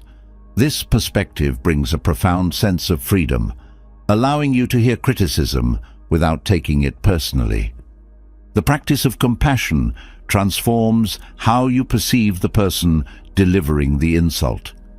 Rather than seeing them as an adversary, you begin to recognize their own pain or misunderstanding. Harsh words often come from unresolved struggles within the speaker, and responding with compassion shifts the dynamic. This compassion does not condone harmful behavior, but acknowledges the shared humanity behind it. By meeting offense with understanding, you break the cycle of anger and create space for peace. Criticism, when viewed through a Buddhist lens, can also be a valuable source of feedback. Not all harsh words are baseless. Some may hold truths that can guide your growth. Receiving criticism mindfully allows you to separate what is constructive from what is not. This discernment requires humility, the willingness to learn even from uncomfortable experiences. By seeing criticism as an opportunity to refine yourself, you transform it into a tool for self-improvement. Another powerful practice is gratitude. While it may seem counterintuitive, offering gratitude for criticism or insults shifts your perspective. These moments challenge your ego and provide opportunities to strengthen patience, resilience, and equanimity. Gratitude for these lessons does not erase the discomfort, but reframes it, turning adversity into an integral part of your journey. The teachings of impermanence also apply to handling offense. Insults, like all things, are fleeting. The sting of harsh words fades over time, leaving behind only the lessons they carry. Recognizing this transience helps you respond with calm, rather than being overwhelmed by the moment. It reminds you that no insult can define you, as your true nature is beyond the reach of words. Equanimity, the ability to remain balanced in the face of praise and blame, is a cornerstone of Buddhist practice. This state of inner steadiness comes from understanding that both approval and criticism are temporary and subjective. Equanimity allows you to receive insults without being shaken and to accept praise without becoming attached. This balance brings a profound sense of inner peace, as your sense of self is no longer tied to the shifting tides of external opinion. Forgiveness is another transformative practice in dealing with offense. Holding on to anger or resentment towards someone who has insulted you only perpetuates suffering.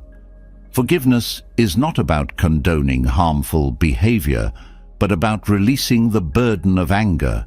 It frees your heart from the weight of grudges, allowing you to move forward with lightness and clarity. Forgiveness also fosters compassion, deepening your understanding of others and strengthening your ability to respond with kindness. The practice of loving kindness, or metta, further supports this transformation. By cultivating goodwill toward yourself and others, you create an inner environment of peace and resilience. Loving kindness helps you respond to insults with grace, as your heart remains rooted in compassion rather than defensiveness. This practice extends beyond the immediate interaction, fostering a sense of connection and understanding that enriches all your relationships. One of the most profound teachings in handling offense is the realization that an insult only holds power if you accept it. When someone speaks harshly, their words are like a gift. If you choose not to take the gift, it remains with the giver. This perspective shifts the dynamic entirely, reminding you that you have the power to decide how much influence others' words have over you. This detachment brings freedom, allowing you to engage with criticism from a place of strength and stability. Insults also provide an opportunity to practice humility. The ego often seeks validation, clinging to an idealized image of itself. Criticism challenges this image, inviting you to let go of pride and embrace your humanity. Humility does not mean diminishing yourself, but recognizing that you are always growing, always learning. This perspective transforms criticism into a tool for self-discovery and growth. The practice of self-compassion is essential in navigating criticism. When faced with harsh words, it is easy to internalize them, to let them amplify your own self-doubt. Self-compassion counters this tendency, reminding you to treat yourself with kindness and understanding. It helps you see that you are not defined by others' opinions, that your worth is inherent and unshakable. This inner support becomes a source of strength, allowing you to face criticism with confidence. Over time, the practice of responding to insults with mindfulness, compassion, and non-attachment becomes a natural part of your being. These moments, once sources of pain, become opportunities for growth and transformation. They deepen your understanding of yourself and others, strengthening your ability to navigate life's challenges with wisdom and grace. By embracing the teachings of Buddhism, you learn to see insults not as attacks, but as teachers. They reveal the attachments and insecurities that hold you back, offering a path toward greater freedom and peace. Through mindfulness, compassion, and humility, you transform the sting of harsh words into a profound source of wisdom and resilience. In this way, even the most difficult moments become stepping stones on your journey toward inner liberation. Criticism and insults test your ability to remain steady and compassionate, revealing attachments that bind your mind to suffering. But at the heart of these challenges lies an even deeper truth. Much of the turmoil we experience arises from our attachments. Attachments to outcomes, identities, people, or material possessions. These attachments create expectations, and when reality does not align with them, the result is frustration and sorrow. The Buddhist principle of letting go, or nekkhamma, offers a path to release these emotional burdens and rediscover the peace that comes from living with freedom and clarity. Letting go is not about abandonment or apathy. It is about unburdening yourself from the weight of clinging. Clinging often stems from the belief that happiness depends on possessing or controlling something external. Whether it is a relationship, a status, or even an idea of how life should be, attachment binds your peace to something fragile and impermanent. Letting go is the act of reclaiming your inner stability by detaching from what you cannot control and anchoring yourself in the present. The process begins with awareness.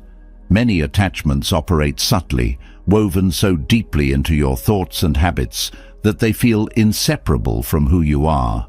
Bringing mindfulness to these patterns helps you recognize where clinging arises, whether in your relationships, material possessions, or self-concepts. This awareness is not about judgment, but about clarity, a gentle acknowledgement of the attachments that create tension in your mind and heart.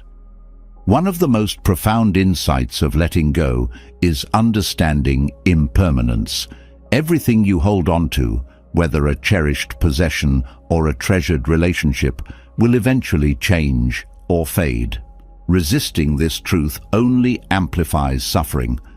By accepting impermanence, you open yourself to the flow of life, allowing things to come and go without trying to grasp or control them.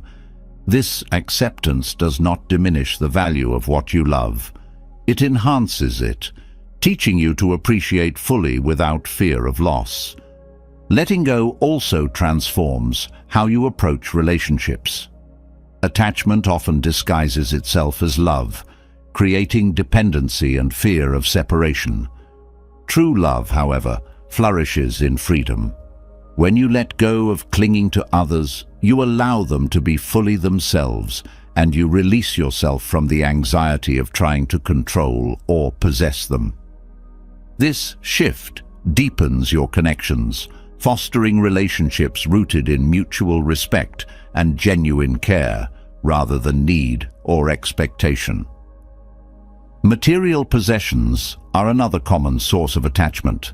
While they can provide comfort and convenience, they often become symbols of identity or security. The more you cling to these symbols, the more they control you. Letting go of attachment to material things does not mean renouncing them entirely. It means changing your relationship with them. You begin to see possessions as tools rather than extensions of your worth. This perspective frees you from the endless cycle of craving and accumulation, allowing you to focus on what truly matters. Self-identity is perhaps the most challenging attachment to release. The mind clings to labels, roles, and narratives that define who you think you are. These identities, while comforting, can become cages, limiting your growth and creating conflict when life challenges your self-concept. Letting go of rigid identities does not mean losing yourself. It means discovering the fluid, ever-changing nature of who you are. This flexibility brings a sense of freedom, allowing you to adapt and evolve without fear. Letting go also involves releasing expectations.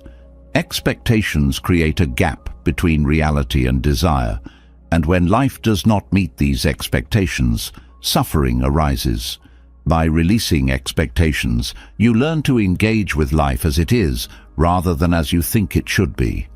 This openness fosters resilience, helping you navigate challenges with grace and equanimity. Forgiveness is a profound act of letting go.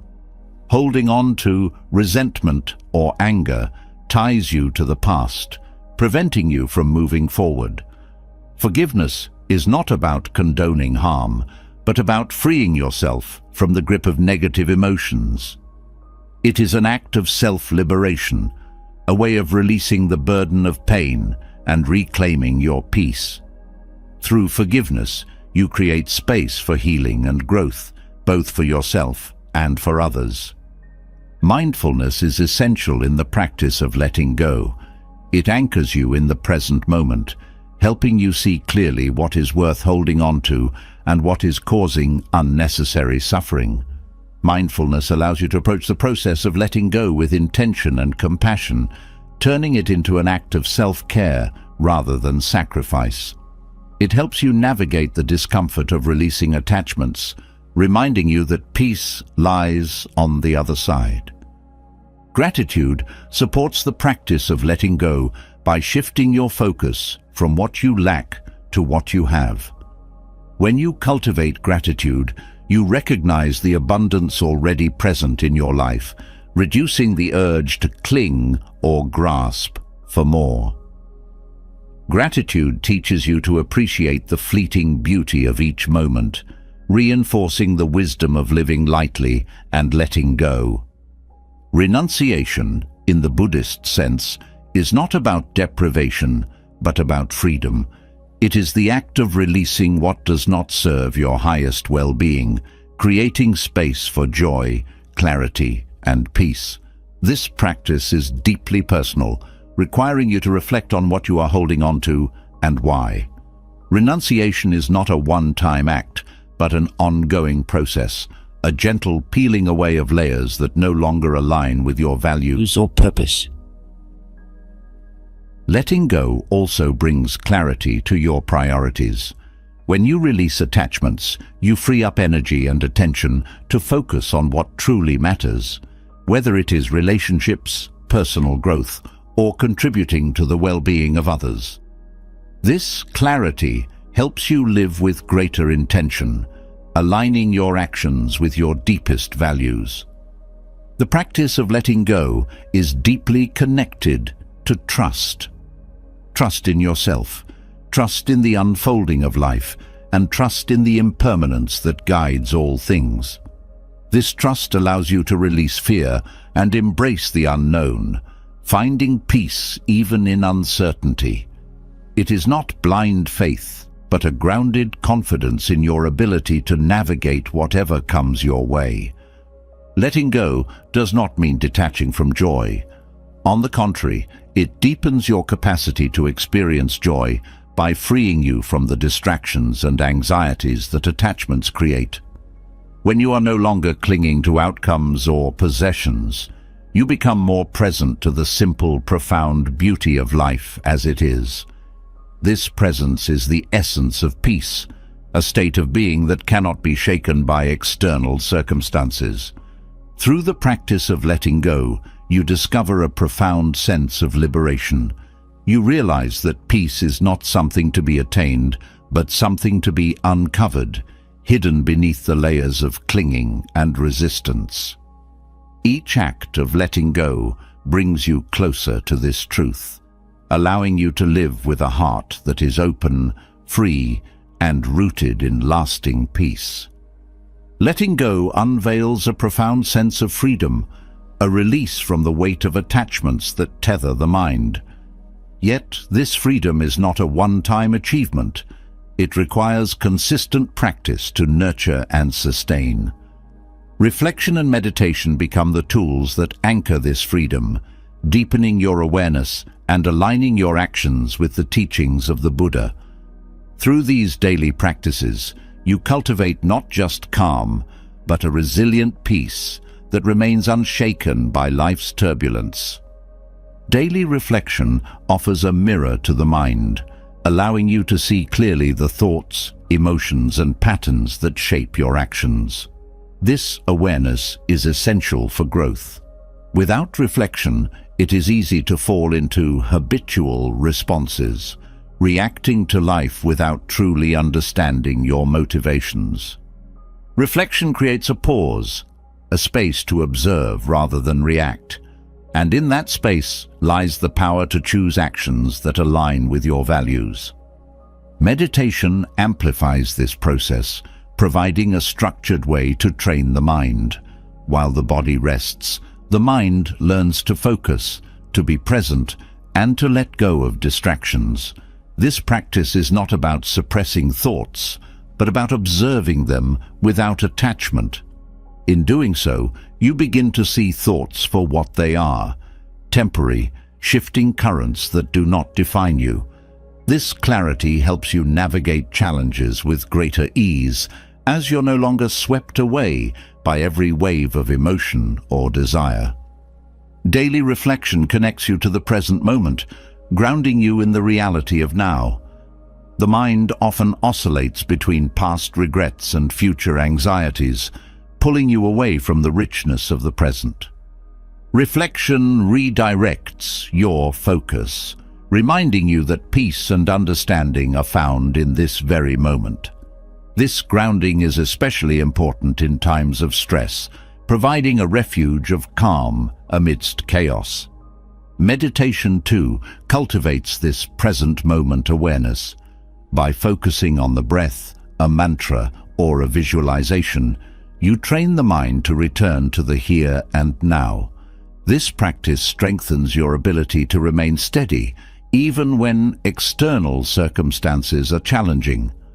Over time, this steadiness becomes second nature, a foundation of resilience that supports you through life's ups and downs. Self-reflection is a deeply personal practice, one that requires honesty and compassion. It is not about judging yourself, but about understanding yourself.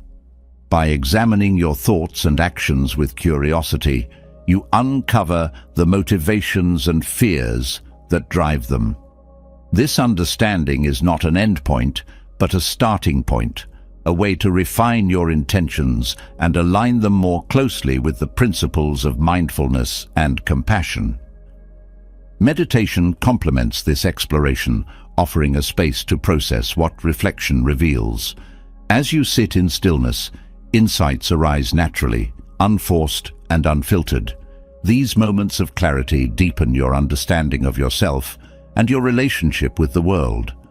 Meditation is not about escaping reality, but about seeing it more clearly, with all its complexities and interconnections. Both reflection and meditation foster a sense of gratitude. As you become more aware of your thoughts and experiences, you begin to see the many ways in which life supports you. Gratitude arises not from external achievements, but from the simple awareness of being alive, of breathing, of having the opportunity to grow and learn. This gratitude transforms your outlook, turning even ordinary moments into sources of joy. Through reflection, you also gain a deeper understanding of impermanence. Life is a constant flow of change, and clinging to what was or fearing what will be only creates suffering. Reflection helps you embrace this impermanence, teaching you to appreciate each moment without attachment. This perspective brings a sense of liberation, allowing you to move through life with grace and acceptance. Meditation strengthens this understanding by training the mind to let go. In meditation, you practice releasing thoughts and returning to your point of focus. This act of letting go, repeated over and over, becomes a habit that extends beyond the meditation cushion. You learn to release grudges, worries, and attachments with the same ease, creating space for peace and clarity. Daily reflection also serves as a way to measure your growth. By looking back on your thoughts, actions, and experiences, you can see patterns of progress and areas where further effort is needed. This awareness is not about perfection, but about steady improvement. Each day offers a new opportunity to align your life more closely with your values and aspirations. Meditation, in turn, provides the strength to make these changes.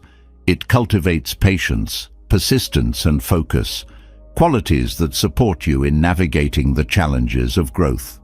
Meditation is not a quick fix, but a lifelong practice, one that deepens and evolves as you continue on your path.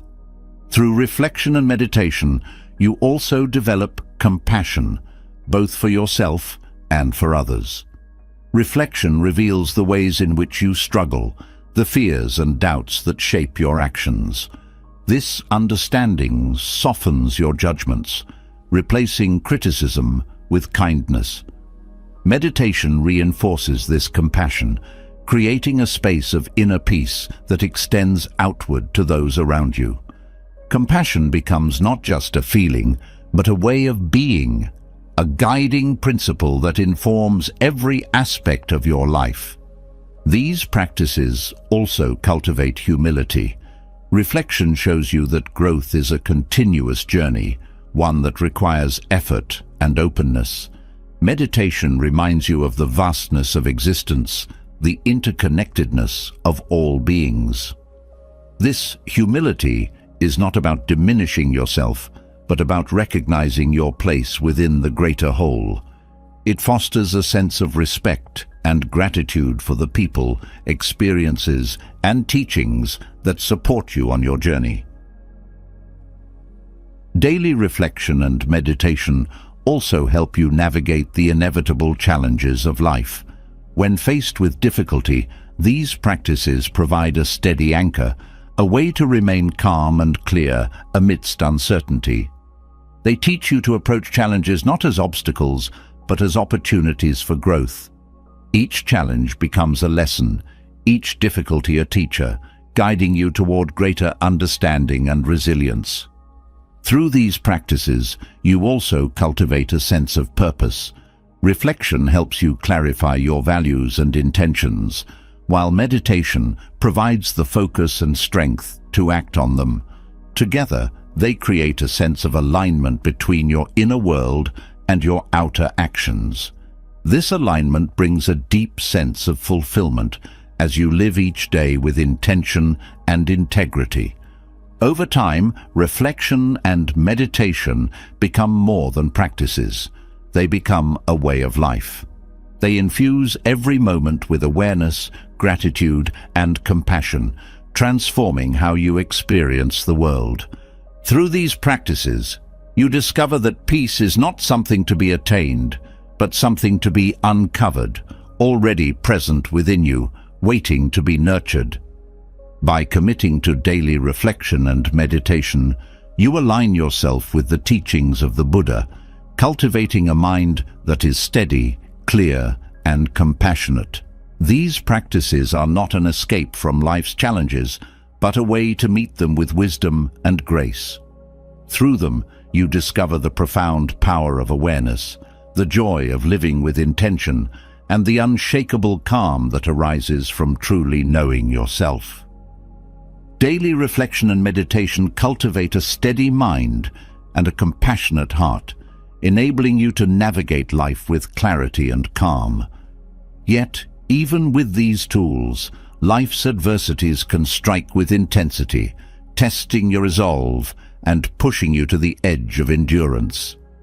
Buddhism offers a profound perspective on these challenges, teaching that suffering is not an enemy to be defeated, but a teacher to be embraced.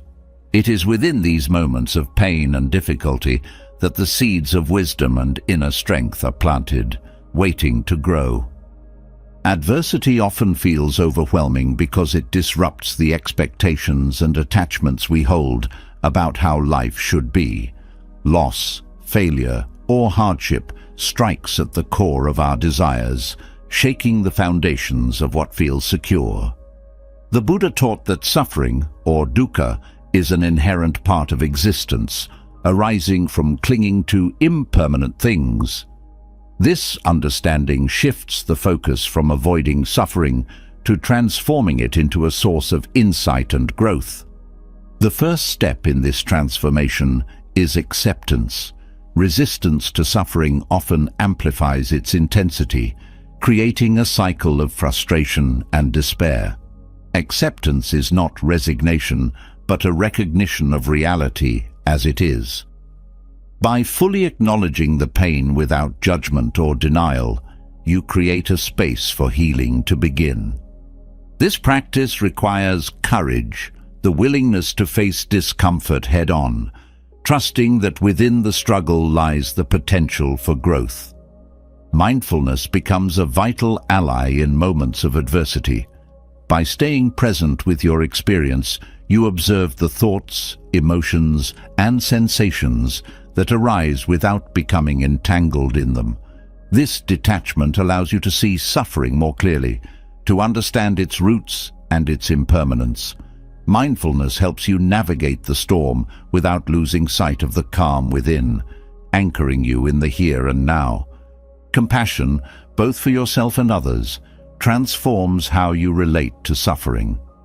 When faced with pain, the mind often turns inward with harsh criticism or blame.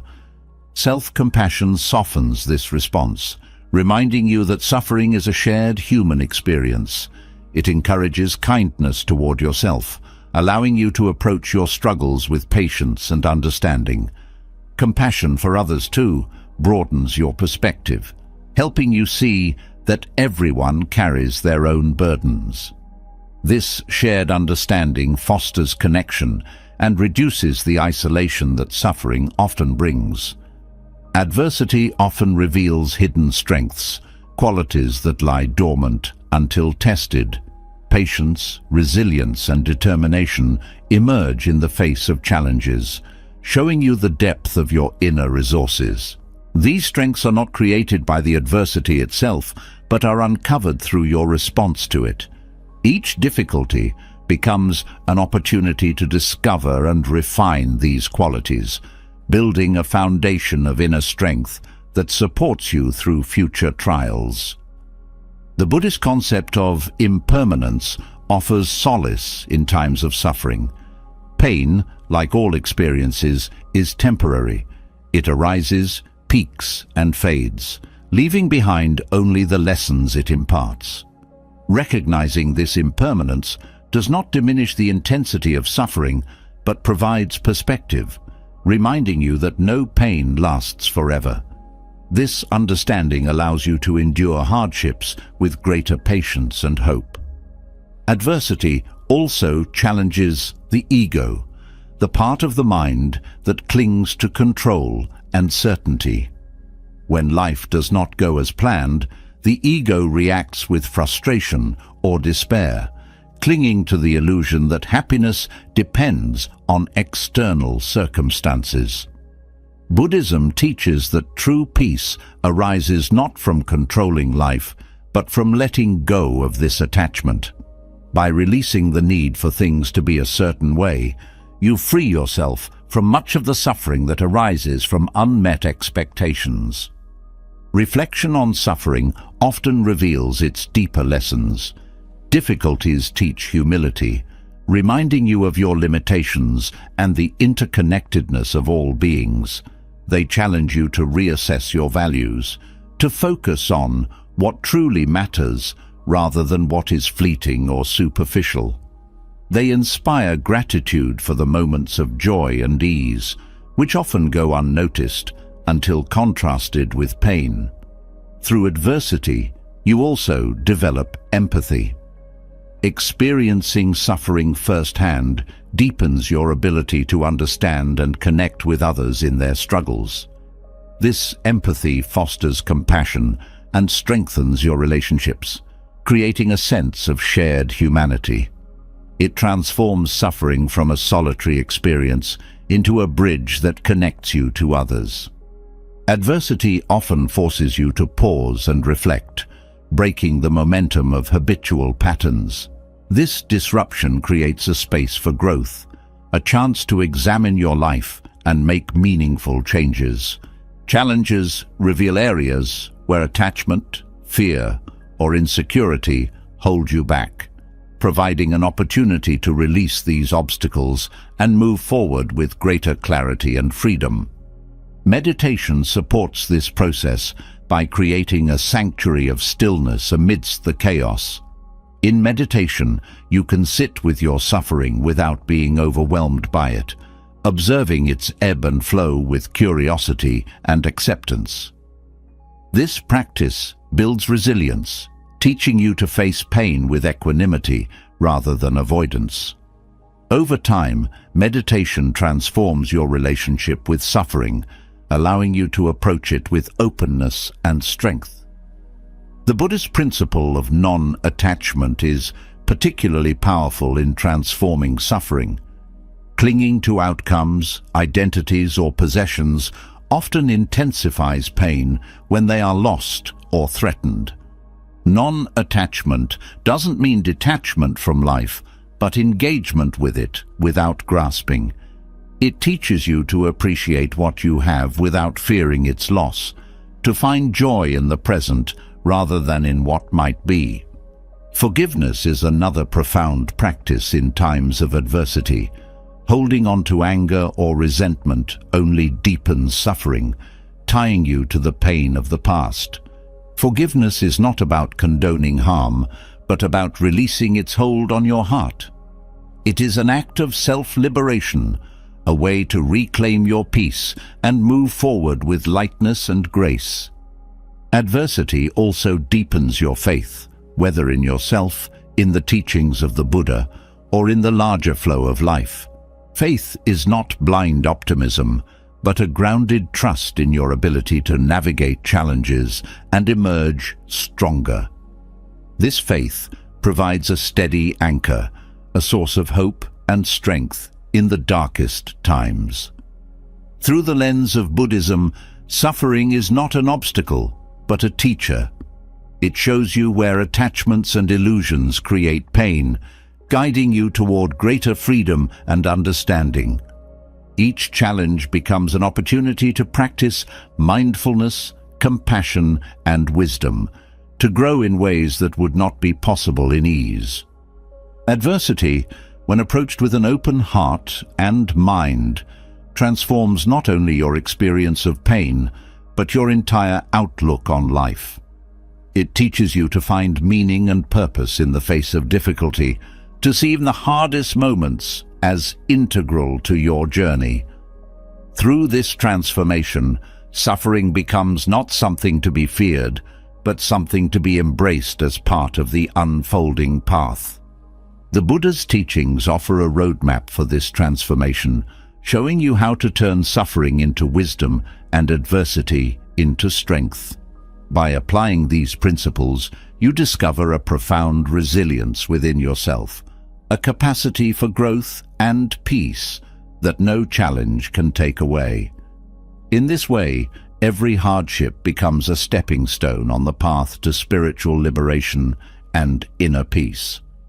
Adversity reveals how much power your mind holds, shaping your experience of suffering and resilience. It teaches that the mind, when left unchecked, can become its own source of struggle, spinning narratives that amplify pain and feed worry. But within this very realization lies the key to liberation, the understanding that you are not your thoughts. Buddhism offers profound and practical tools to stop your thoughts from controlling you, teaching you how to reclaim your peace and clarity by breaking free from the patterns that trap your mind. The first step to breaking free from mental control is awareness. Thoughts are like clouds, constantly forming, shifting and dissolving. Often they feel overwhelming because you unconsciously identify with them, believing they define who you are. By cultivating awareness, you begin to see thoughts as events in the mind rather than absolute truths. This perspective helps you observe thoughts without becoming entangled in them. Mindfulness is a cornerstone of this practice. By focusing on the present moment, mindfulness anchors you to what is real and tangible, reducing the power of intrusive or repetitive thoughts. A common mindfulness exercise is to focus on the breath, using its natural rhythm as a point of return when the mind begins to wander. Over time, this practice creates a habit of gently guiding your attention away from unhelpful thoughts and back to the present. Letting go of judgment is essential when working with your thoughts. The mind often creates additional layers of stress by labeling thoughts as good or bad, right or wrong. This judgment fuels resistance and intensifies mental turmoil. Instead, approach your thoughts with curiosity and neutrality, acknowledging their presence without adding emotional weight. This shift reduces their hold over you and allows them to pass more easily. Another transformative tool is the practice of labeling thoughts. By naming the type of thought, whether it's worry, planning, self-criticism, or something else, you create a sense of distance from it. This labeling reminds you that the thought is just a thought, not an absolute reality. It also helps you identify recurring patterns, providing insight into the mind's tendencies and triggers. Physical grounding techniques are also effective in managing intrusive thoughts. When the mind feels chaotic, redirecting your focus to physical sensations, such as the feeling of your feet on the ground or the texture of an object in your hand, helps you reconnect with the present moment. This grounding breaks the cycle of mental rumination, offering a sense of stability and calm. Meditation is a powerful practice for reducing the control of thoughts. Through meditation, you train the mind to observe thoughts without attachment, cultivating a sense of spaciousness and clarity. Techniques such as focused attention, where you concentrate on a single point, like the breath or a mantra, help quiet the mental chatter. Over time, meditation builds resilience, enabling you to face even the most persistent thoughts with equanimity. Another practical approach is to challenge the validity of your thoughts. The mind often presents thoughts as absolute truths, even when they are distorted or exaggerated. By questioning these thoughts, asking whether they are based on evidence or whether they serve your well-being, you begin to dismantle their power. This practice is not about suppressing thoughts, but about seeing them with clarity and discernment. Compassion plays a crucial role in freeing yourself from mental control. Harsh self-criticism and negative inner dialogue often feed cycles of rumination and distress. By cultivating self-compassion, you soften this inner narrative, replacing it with kindness and understanding. Compassion reminds you that struggling with thoughts is a universal experience, reducing the isolation that mental struggles can bring. The Buddhist principle of impermanence offers a profound perspective on thoughts. No thought, no matter how intense or repetitive, lasts forever. This understanding helps you ride out mental storms with patience, knowing that they will pass. It also reduces the urgency to act on every thought, creating a sense of peace and stability. Gratitude shifts your focus from mental turmoil to the abundance in your life. When intrusive thoughts dominate your mind, taking a moment to reflect on what you appreciate breaks their momentum. Gratitude does not erase difficult thoughts, but balances them with a broader perspective, reminding you of the beauty and support present in your life. Engaging in mindful activities is another way to redirect the mind. Whether it's cooking, gardening, or walking, immersing yourself fully in a task helps break the cycle of overthinking. These activities create a sense of flow, where the mind is focused and calm. They also reinforce the practice of mindfulness, integrating it into your daily life. Setting boundaries with your thoughts is a powerful practice. When intrusive thoughts arise, it can be helpful to set aside a specific time to address them, rather than letting them dominate your day. For example, dedicating 10 minutes to journaling about your concerns allows you to acknowledge and process them without being consumed by them. This boundary creates a sense of control and structure, reducing mental overwhelm. Breathing techniques offer an immediate way to calm the mind. Deep, slow breaths activate the body's relaxation response, countering the stress and tension that often accompany intrusive thoughts. Practices such as diaphragmatic breathing or alternate nostril breathing create a sense of balance and focus, grounding you in the present moment. Visualization can also be a helpful tool for managing thoughts. By creating a mental image of a peaceful place or visualizing your thoughts drifting away like leaves on a stream, you provide the mind with a calming focal point. This practice shifts your attention away from distressing thoughts, offering a sense of relief and relaxation. Physical activity is another effective way to quiet the mind. Movement, whether it's yoga, running, or dancing, releases pent-up energy and reduces the intensity of mental chatter. Exercise also stimulates the release of endorphins, promoting a sense of well-being and reducing the impact of negative thoughts. Connecting with nature offers a profound sense of perspective and calm. Spending time outdoors, whether in a park, forest, or by the sea, grounds you in the larger rhythms of life. Nature's stillness and beauty provide a counterbalance to mental turbulence, reminding you of the interconnectedness and impermanence of all things. Practicing non-attachment is key to reducing the control of thoughts. Non-attachment does not mean indifference, but a willingness to let go of the need to control or fix every thought.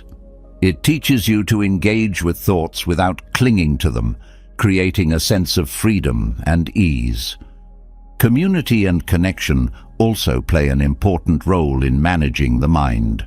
Sharing your struggles with trusted friends, family, or a meditation group provides support and perspective. Hearing others' experiences reminds you that you are not alone in your challenges, fostering a sense of belonging and resilience. Integrating mindfulness into daily routines helps you create a consistent practice of awareness. Whether it's mindful eating, listening, or walking, these practices build the habit of staying present, reducing the influence of intrusive thoughts. Over time, mindfulness becomes second nature, creating a foundation of calm and clarity. Journaling offers a way to process and release thoughts. Writing down your concerns, reflections, or insights helps you externalize them, reducing their emotional intensity. Journaling also provides a space for self-discovery, helping you identify patterns and explore solutions. Embracing the practice of gratitude and reflection at the end of each day allows you to release mental burdens. By focusing on what went well or what you learned, you shift your attention away from worries, creating a sense of closure and peace. Through these practices, you gradually reclaim your mind, transforming it from a source of struggle into a tool for peace and growth. The Buddha's teachings remind you that freedom from mental control is not about erasing thoughts, but about changing your relationship with them. With patience and persistence, you cultivate a mind that is steady, clear, and unshakable, guiding you toward a life of wisdom and inner peace. Reclaiming control over your thoughts lays the foundation for a more peaceful and intentional life. Yet, the mind's influence often manifests not just in what you think, but in how you react. Emotions can surge like waves, pushing you toward words or actions that may lead to regret. Learning to master the power of non-reaction transforms these moments, allowing you to respond to life's challenges with clarity and wisdom. In the teachings of Buddhism, the strength to pause, observe, and choose your response is a profound path to emotional freedom. Reactivity is born from conditioning. The mind, shaped by past experiences, often reacts automatically to triggers, cycling through patterns of anger, fear, or sadness. These reactions can feel instinctive, but they are not unchangeable. Buddhism teaches that reactivity arises from attachment to how things should be, how you want to be treated, or how the world should conform to your expectations. When these attachments are disrupted, emotions flare and reactions follow. Understanding this cycle is the first step toward breaking free. Mindfulness serves as the gateway to non-reaction. By cultivating awareness of the present moment, you develop the ability to observe your emotions as they arise. This observation is not about suppression or denial, but about seeing emotions for what they are, temporary states that do not define you. Mindfulness creates a space between stimulus and response, allowing you to pause before acting. In that pause lies your power to choose a response aligned with your values and intentions. Equanimity, a central concept in Buddhism, is the practice of maintaining balance in the face of both positive and negative experiences. It is not indifference, but a steady calmness that arises from understanding the impermanence of all things. When emotions surge, equanimity reminds you that no feeling, no matter how intense, is permanent. This awareness reduces the urgency to react, helping you remain grounded and composed. Breath awareness is a practical tool for cultivating non-reaction. When emotions rise, the breath often becomes shallow or erratic, reflecting the turmoil within. By consciously deepening and slowing your breath, you activate the body's relaxation response, calming both mind and body. This simple practice not only soothes immediate distress, but also strengthens your ability to approach challenges with a clear mind. Compassion is another transformative practice in controlling emotional reactions. Anger, frustration, and defensiveness often arise from a sense of separation or threat. Compassion bridges this gap, helping you see the humanity in others and in yourself. When faced with provocation, Responding with compassion shifts your perspective, reducing the intensity of negative emotions and fostering connection rather than conflict. Letting go of judgment is crucial in mastering non-reaction. The mind tends to label experiences as good or bad, desirable or undesirable, creating emotional swings that drive reactivity. By releasing these judgments, you approach each moment with openness and acceptance, reducing the emotional charge of triggers. This practice does not mean condoning harmful behavior, but recognizing that your peace is not dependent on external circumstances. Patience is a powerful ally in non-reaction. Emotions often demand immediate action, urging you to speak or act in the heat of the moment. Patience gives you the strength to wait, to let the intensity of the emotions subside before responding. This pause allows wisdom to guide your actions, ensuring that they align with your values rather than your impulses. Self-awareness is essential in understanding the roots of your reactions. By reflecting on your triggers and patterns, you uncover the underlying fears or attachments that fuel your emotions. This understanding empowers you to address these roots directly, reducing their influence over your behavior. Self-awareness is not about blame, but about curiosity and growth, a compassionate exploration of your inner world. Forgiveness plays a vital role in reducing emotional reactivity. Holding on to past grievances creates a reservoir of resentment that can spill over into your present interactions. Forgiveness releases this burden, freeing you from the cycle of anger and blame. It is not about excusing harm, but about reclaiming your peace, breaking the hold that past wounds have over your emotions. Meditation strengthens your ability to remain non-reactive by training the mind to stay present and focused. Practices such as loving-kindness meditation, where you cultivate goodwill toward yourself and others, help soften the edges of anger and frustration. Insight meditation deepens your understanding of impermanence and interdependence, providing the wisdom to navigate emotional challenges with grace. Non-reaction does not mean passivity. It is an active choice to engage with life from a place of clarity and strength, rather than being driven by fleeting emotions. This practice empowers you to respond thoughtfully, whether by setting boundaries, offering compassion, or taking decisive action. Non-reaction is about aligning your responses with your highest intentions, ensuring that they contribute to peace rather than perpetuate conflict. Gratitude offers a practical way to shift focus during emotional turbulence. When faced with frustration or anger, taking a moment to reflect on what you appreciate can break the cycle of negativity. Gratitude redirects your attention to the positive aspects of your life, creating a sense of balance that reduces the intensity of emotional reactions. Engaging in physical activity provides a healthy outlet for emotional energy. Emotions like anger or anxiety often manifest physically, creating tension or restlessness. Activities such as walking, yoga, or even deep stretching help release this tension, creating a sense of calm that supports non-reaction. Physical movement reconnects you with your body, grounding you in the present moment. Seeking perspective is another valuable practice. When emotions feel overwhelming, reminding yourself of the larger picture helps put the situation into context.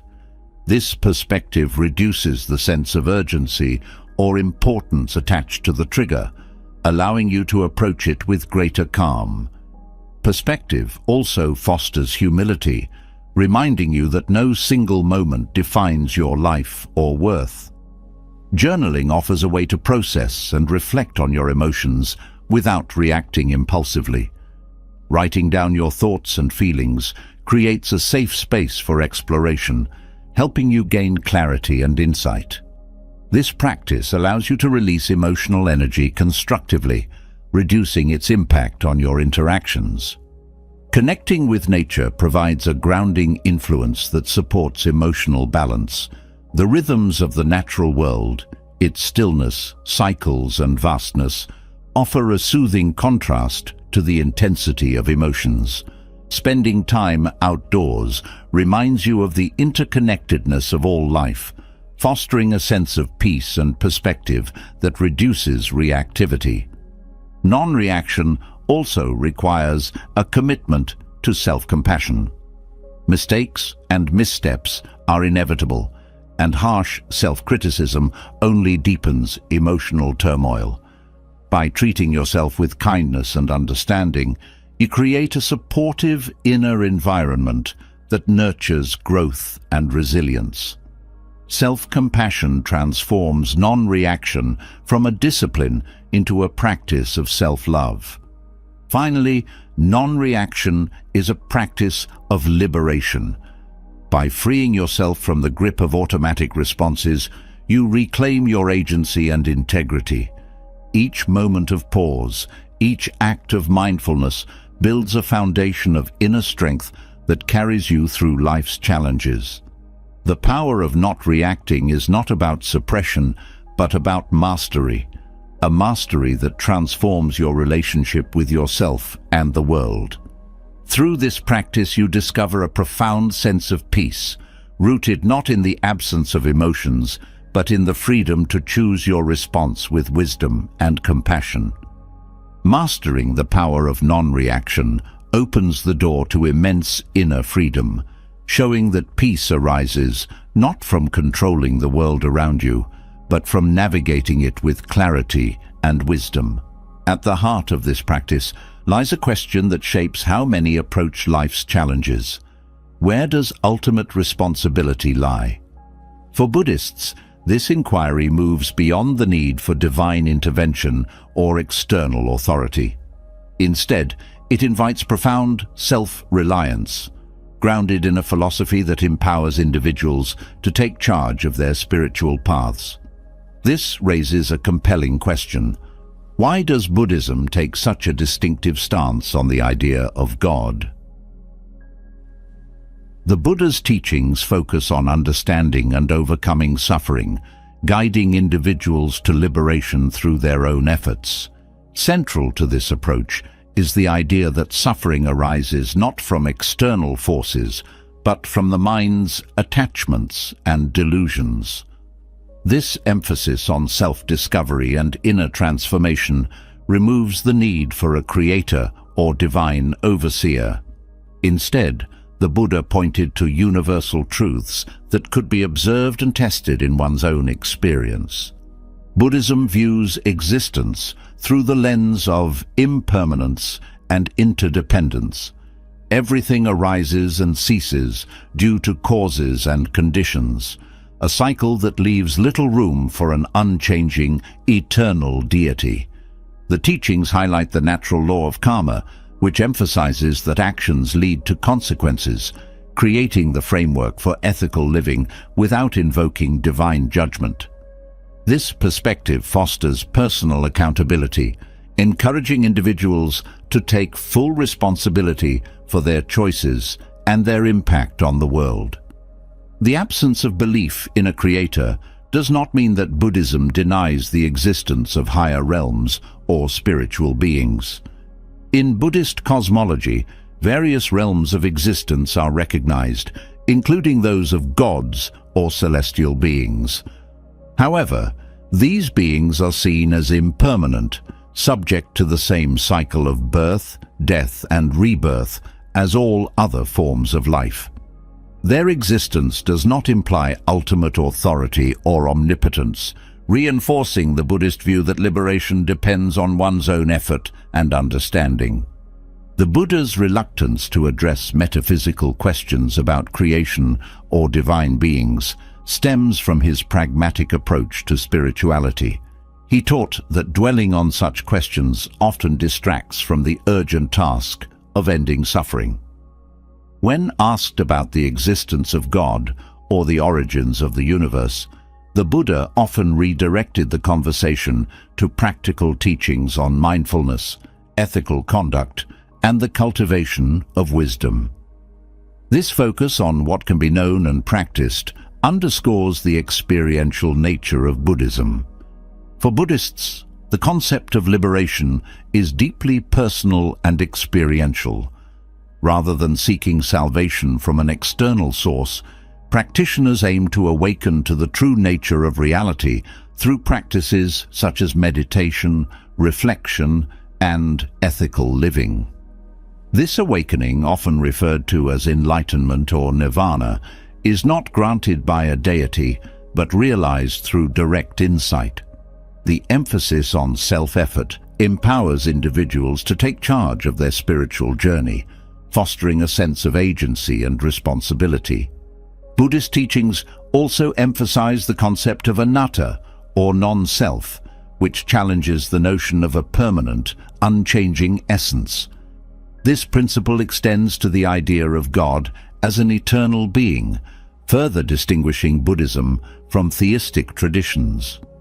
By deconstructing the illusion of a fixed self, Buddhism encourages practitioners to see the interconnected and impermanent nature of all things, leading to freedom from attachment and suffering. Compassion is a cornerstone of Buddhist practice, and this compassion extends to all beings, regardless of status or belief. While some traditions may view belief in God as a prerequisite for morality, Buddhism holds that ethical conduct arises from understanding the interconnectedness of all life. Acts of kindness, generosity, and forgiveness are seen as natural expressions of this understanding, rooted in a desire to reduce suffering rather than to please a deity. The Buddhist approach to spirituality is deeply inclusive, welcoming individuals from all backgrounds and beliefs.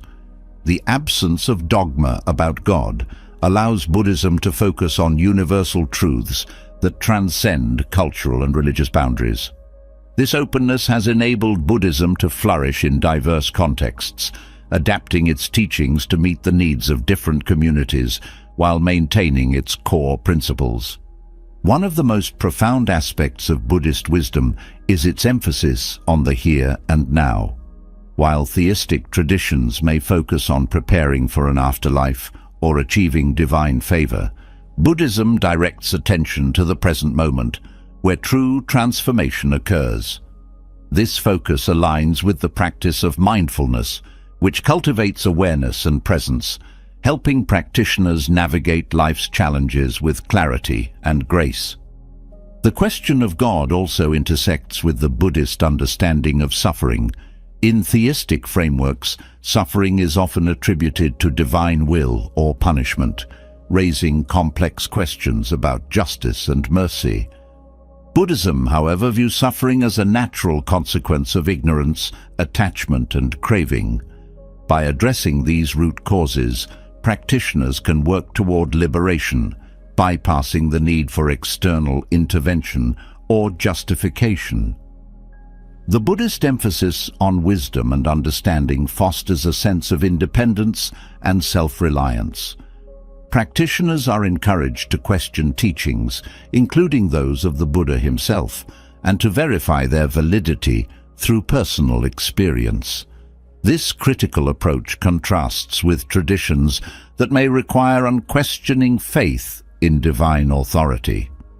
For Buddhists, the path to liberation is not about belief, but about practice and insight. Buddhist meditation practices play a key role in this journey, offering a direct way to explore the nature of reality and the mind. Through meditation, practitioners develop concentration, mindfulness, and insight, uncovering truths that transcend conceptual thinking. This experiential approach bypasses the need for intermediaries or divine figures, placing the responsibility for awakening squarely in the hands of the individual. The absence of belief in God does not diminish the depth or richness of Buddhist spirituality. On the contrary, It invites a profound exploration of life's mysteries through direct experience and inquiry.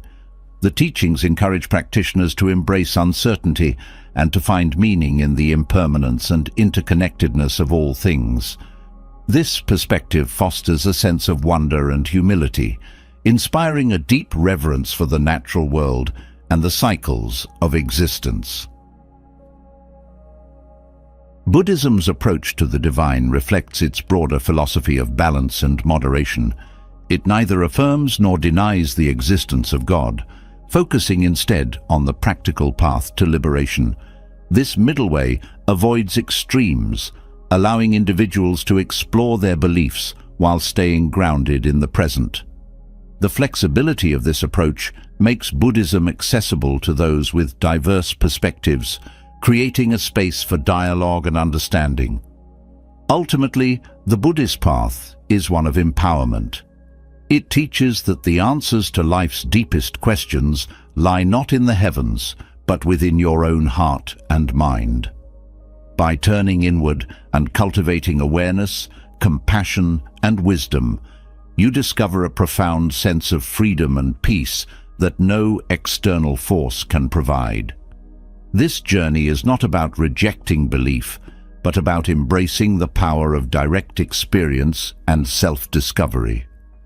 Through the lens of Buddhist wisdom, the absence of a belief in God is not a limitation, but an invitation to explore the boundless potential of your own mind and spirit. It challenges you to take full responsibility for your path, to seek truth through practice and reflection, and to awaken to the interconnected beauty of existence. In this way, Buddhism offers a universal message of hope and liberation, guiding you toward a life of purpose, compassion, and inner peace. The exploration of self-reliance and spiritual independence reveals the profound strength that lies within each individual. Yet, even in the pursuit of wisdom and liberation, there is a delicate balance to maintain, especially in how kindness is expressed. Gautama Buddha's teachings remind us that unchecked kindness, while rooted in good intentions, can lead to unintended harm. The act of being overly kind often arises from a desire to please others or avoid conflict, but when it disregards boundaries or self-respect, it undermines the very harmony it seeks to create. Understanding the fine line between genuine compassion and overextending oneself is a vital aspect of walking the path with integrity and wisdom. Kindness in its purest form is an expression of compassion and connection. However, when kindness is driven by fear of rejection, obligation, or a misplaced sense of duty, it becomes a burden rather than a gift. The Buddha emphasized the importance of balance in all things, including how one interacts with others. Being kind does not mean sacrificing your own well-being or compromising your values. True kindness is rooted in authenticity, guided by wisdom, and tempered with the courage to set boundaries. Overextending kindness often stems from a misunderstanding of compassion. Compassion is not about fixing others or taking on their burdens. It is about understanding their suffering and offering support without losing yourself in the process. The Buddha taught that to truly help others, you must first cultivate your own inner strength and clarity. Just as a tree must be firmly rooted to provide shade, you must be grounded in self-awareness to offer kindness that is meaningful and sustainable. When kindness becomes a means of avoiding conflict, it often leads to resentment and imbalance in relationships. Agreeing to things you do not want to do, suppressing your needs, or prioritizing others at your own expense can create an internal dissonance that erodes your peace. The Buddha's teachings on right speech and right action emphasize the importance of aligning your words and deeds with truth and integrity. This alignment ensures that your kindness is genuine and free from hidden frustration or regret. The practice of mindfulness is key to understanding when kindness is genuine and when it is excessive. By observing your intentions and emotions, you gain clarity about why you are acting in a particular way. Are you being kind out of compassion, or are you trying to avoid discomfort? Are you offering help freely, or do you feel pressured to do so? Mindfulness helps you make conscious choices, ensuring that your actions are guided by wisdom rather than habit or fear. Boundaries are an essential part of compassionate living. Setting limits does not make you unkind. It protects your energy and well-being, allowing you to give from a place of abundance rather than depletion. Boundaries also teach others to respect you, fostering healthier and more balanced relationships. The Buddha's teachings encourage the practice of right effort, which involves directing your energy toward what is wholesome and beneficial. Overextending kindness without boundaries often leads to exhaustion, which undermines your ability to be present and effective in your interactions. Kindness must also be balanced with discernment. The Buddha spoke of upaya, or skillful means, which involves understanding the most appropriate way to act in a given situation. Sometimes, the kindest thing you can do is to say no, or to step back, allowing others to face their challenges and grow. Overprotectiveness, even when motivated by care, can hinder others' development and create dependency. Discernment allows you to offer support in ways that empower others without enabling unhealthy patterns. Authenticity is another crucial aspect of balanced kindness. When you suppress your true feelings to maintain a facade of kindness, you not only betray yourself, but also create superficial connections.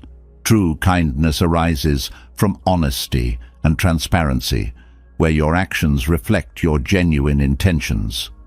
The Buddha emphasized the importance of self-awareness and integrity, reminding us that kindness rooted in authenticity fosters trust and mutual respect. Self-compassion is a vital counterpart to kindness toward others. Without self-compassion, kindness can become self-sacrificial, leading to burnout and resentment. The Buddha taught that compassion must begin with yourself, as you cannot pour from an empty cup. Treating yourself with the same care and respect that you extend to others creates a foundation of inner balance, allowing you to give freely without depleting your own resources. The practice of metta, or loving kindness meditation, provides a way to cultivate balanced kindness. This meditation begins with extending goodwill to yourself, then gradually extending it to others, including those who are difficult or challenging. By practicing metta, you develop an understanding that kindness must be inclusive, encompassing both self and others in equal measure. The fear of being perceived as unkind often drives excessive kindness. This fear stems from attachment to others' approval and the desire to be liked. The Buddha's teachings on non-attachment remind us that our worth is not dependent on external validation. By letting go of the need to please others, you free yourself to act with authenticity and integrity, offering kindness that is unconditional and free from ulterior motives. Kindness also requires the courage to face discomfort. Saying no, expressing your needs, or addressing conflicts may feel uncomfortable, but these actions are often necessary for maintaining healthy relationships and personal well-being. The Buddha taught that courage arises from understanding and wisdom, enabling you to navigate challenges with confidence and grace. True kindness includes the willingness to have difficult conversations and to stand firm in your truth when needed. Overextending kindness can sometimes lead to enabling harmful behavior.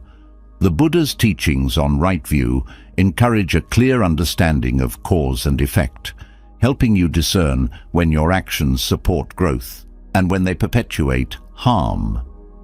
Kindness that enables dependency, manipulation, or self-destructive behavior is not truly compassionate. By acting with clarity and wisdom, you ensure that your kindness contributes to the well-being of all involved. Balanced kindness also involves recognizing your limitations. You cannot solve every problem or meet every need, and acknowledging this reality allows you to focus your energy where it can have the greatest impact. The Buddha's teachings on impermanence remind us that all things, including your capacity to help, are finite. Accepting this truth fosters a sense of humility and peace, helping you let go of unrealistic expectations. The practice of non-attachment is central to understanding the balance between kindness and self-care. Non-attachment does not mean detachment, but a willingness to let go of the need to control or fix others. It allows you to offer kindness without becoming entangled in the outcomes, creating a sense of freedom and ease in your interactions. Kindness is most powerful when it is rooted in mutual respect and understanding. The Buddha's teachings on interconnectedness remind us that every act of kindness creates ripples that extend far beyond the immediate moment. By acting with integrity and balance, you contribute to a larger web of compassion and harmony, inspiring others to do the same. Ultimately, the practice of kindness is about creating harmony within yourself and in your relationships. The Buddha's wisdom teaches that true kindness is not about pleasing others, but about aligning your actions with your values and intentions. By cultivating mindfulness, self-awareness, and discernment, you learn to offer kindness that is authentic, balanced, and empowering, enriching both your life and the lives of those around you. The balance between kindness and self-respect reveals the subtle interplay of actions and intentions, but beneath even this lies a deeper wisdom, the power of silence. Silence is often misunderstood as the absence of action or voice, yet it holds profound strength and clarity. It is not an empty void, but a space rich with potential, where insight is born and understanding deepens. In silence, you find the stillness to listen, reflect, and act with purpose. The Buddha and Zen traditions celebrate silence not merely as a practice, but as a transformative state, offering priceless benefits for the mind and spirit. Silence allows the mind to rest, free from the constant noise of external distractions and inner dialogue. In a world where words are often exchanged without thought, silence provides an opportunity to step back and observe. It is within this stillness that clarity emerges, revealing truths that are easily obscured by the chaos of daily life. When you choose silence, you create a space to understand your thoughts and emotions, recognizing patterns that drive your reactions. The power of silence lies in its ability to foster deep listening. Often in conversations, the mind races ahead, preparing responses instead of truly absorbing what is being said. Silence teaches you to pause and engage with the present moment fully, offering your complete attention. This kind of listening not only strengthens connections with others, but also nurtures empathy and understanding. The Buddha emphasized that wisdom often arises not from speaking, but from listening with an open heart and mind. In silence, you cultivate self-awareness. The constant chatter of the mind often masks deeper truths, but when you embrace stillness, you can observe your inner world without judgment. This practice helps you uncover the motivations, fears, and attachments that influence your actions. By understanding these internal forces, you gain the freedom to act with greater clarity and intention. Silence also sharpens focus. When distractions are minimized, the mind naturally becomes more concentrated, enabling you to approach tasks and challenges with greater efficiency. The practice of silence, particularly in meditation, trains the mind to remain steady and undisturbed, even in the face of external noise or internal turmoil. This focus is not rigid but fluid, allowing you to adapt to changing circumstances with ease. One of the most profound benefits of silence is its ability to reduce reactivity. In moments of conflict or stress, the impulse to speak or act often leads to escalation. Silence provides a pause, a chance to step back and consider your response. This pause is not passive. It is a deliberate choice to respond with wisdom rather than react out of habit. The Buddha taught that silence, when combined with mindfulness, is a powerful tool for cultivating equanimity and compassion. Silence is a sanctuary for reflection. In the quiet, you can revisit your experiences, considering what aligns with your values and what needs adjustment.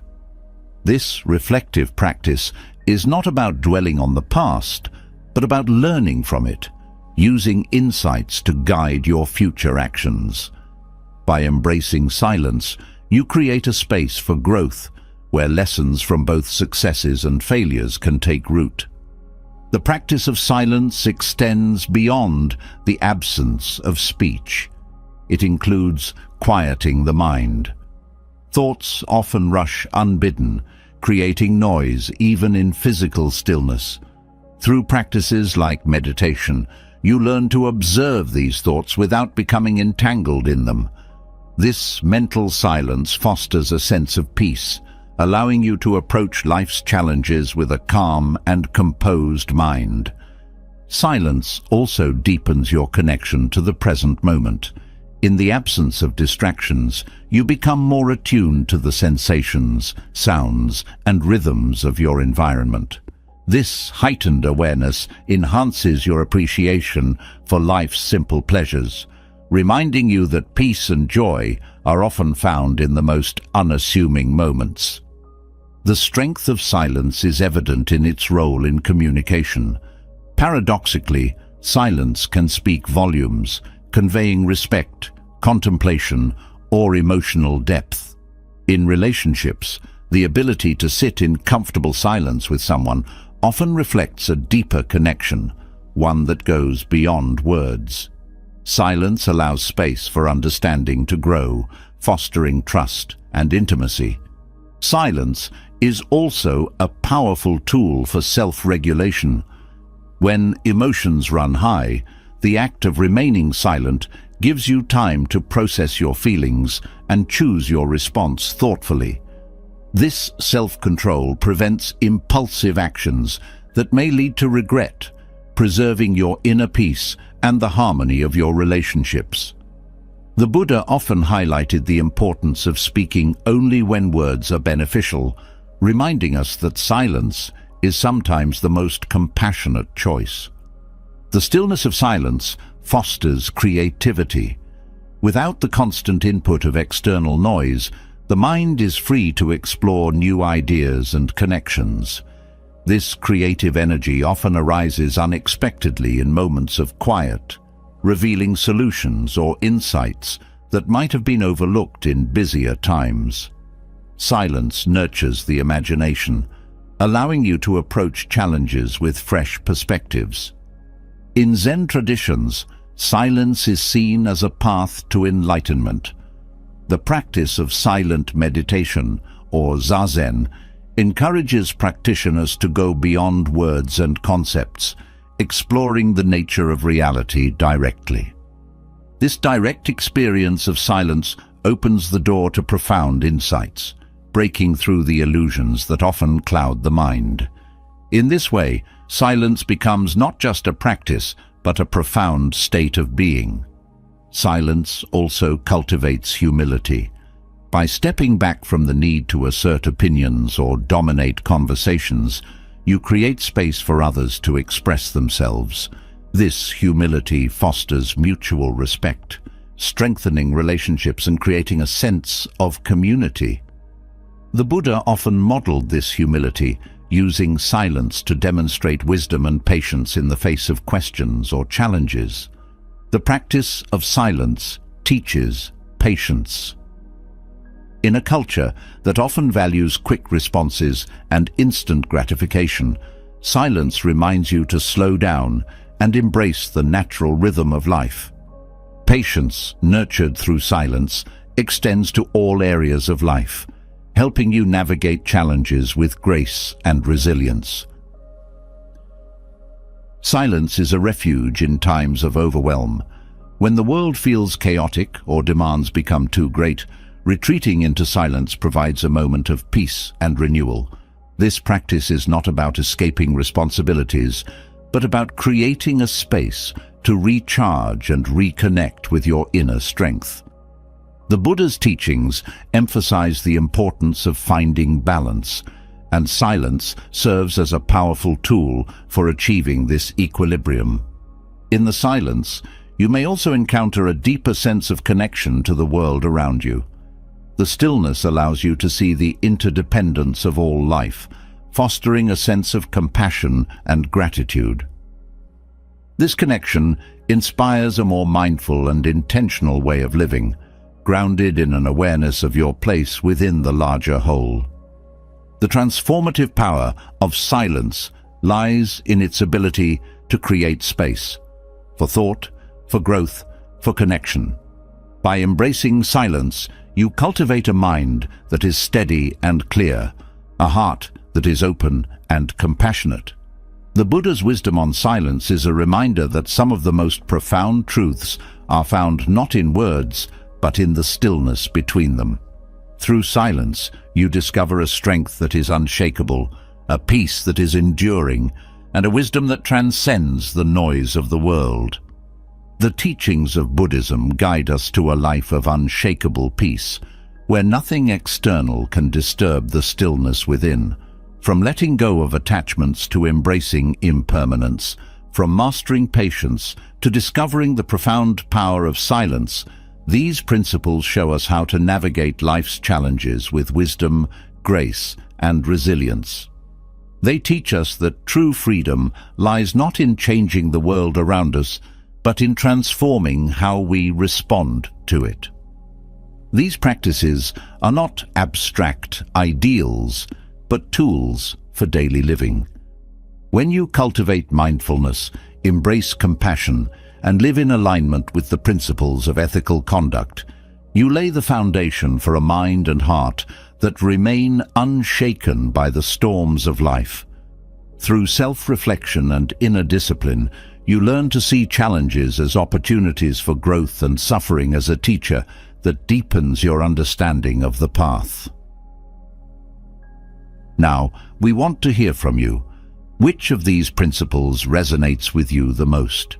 Have you already applied some of these teachings in your life, or are you inspired to begin today? Share your thoughts in the comments below. Your insights and reflections are a vital part of this community's growth. If you found these teachings meaningful and want to continue exploring the wisdom of Buddhism, don't forget to subscribe to the channel. Hit the bell icon to stay updated with new content that inspires and empowers. Together, let's journey toward inner peace and a life of unshakable strength. Thank you for being part of this incredible community. Stay mindful, stay kind, and stay free.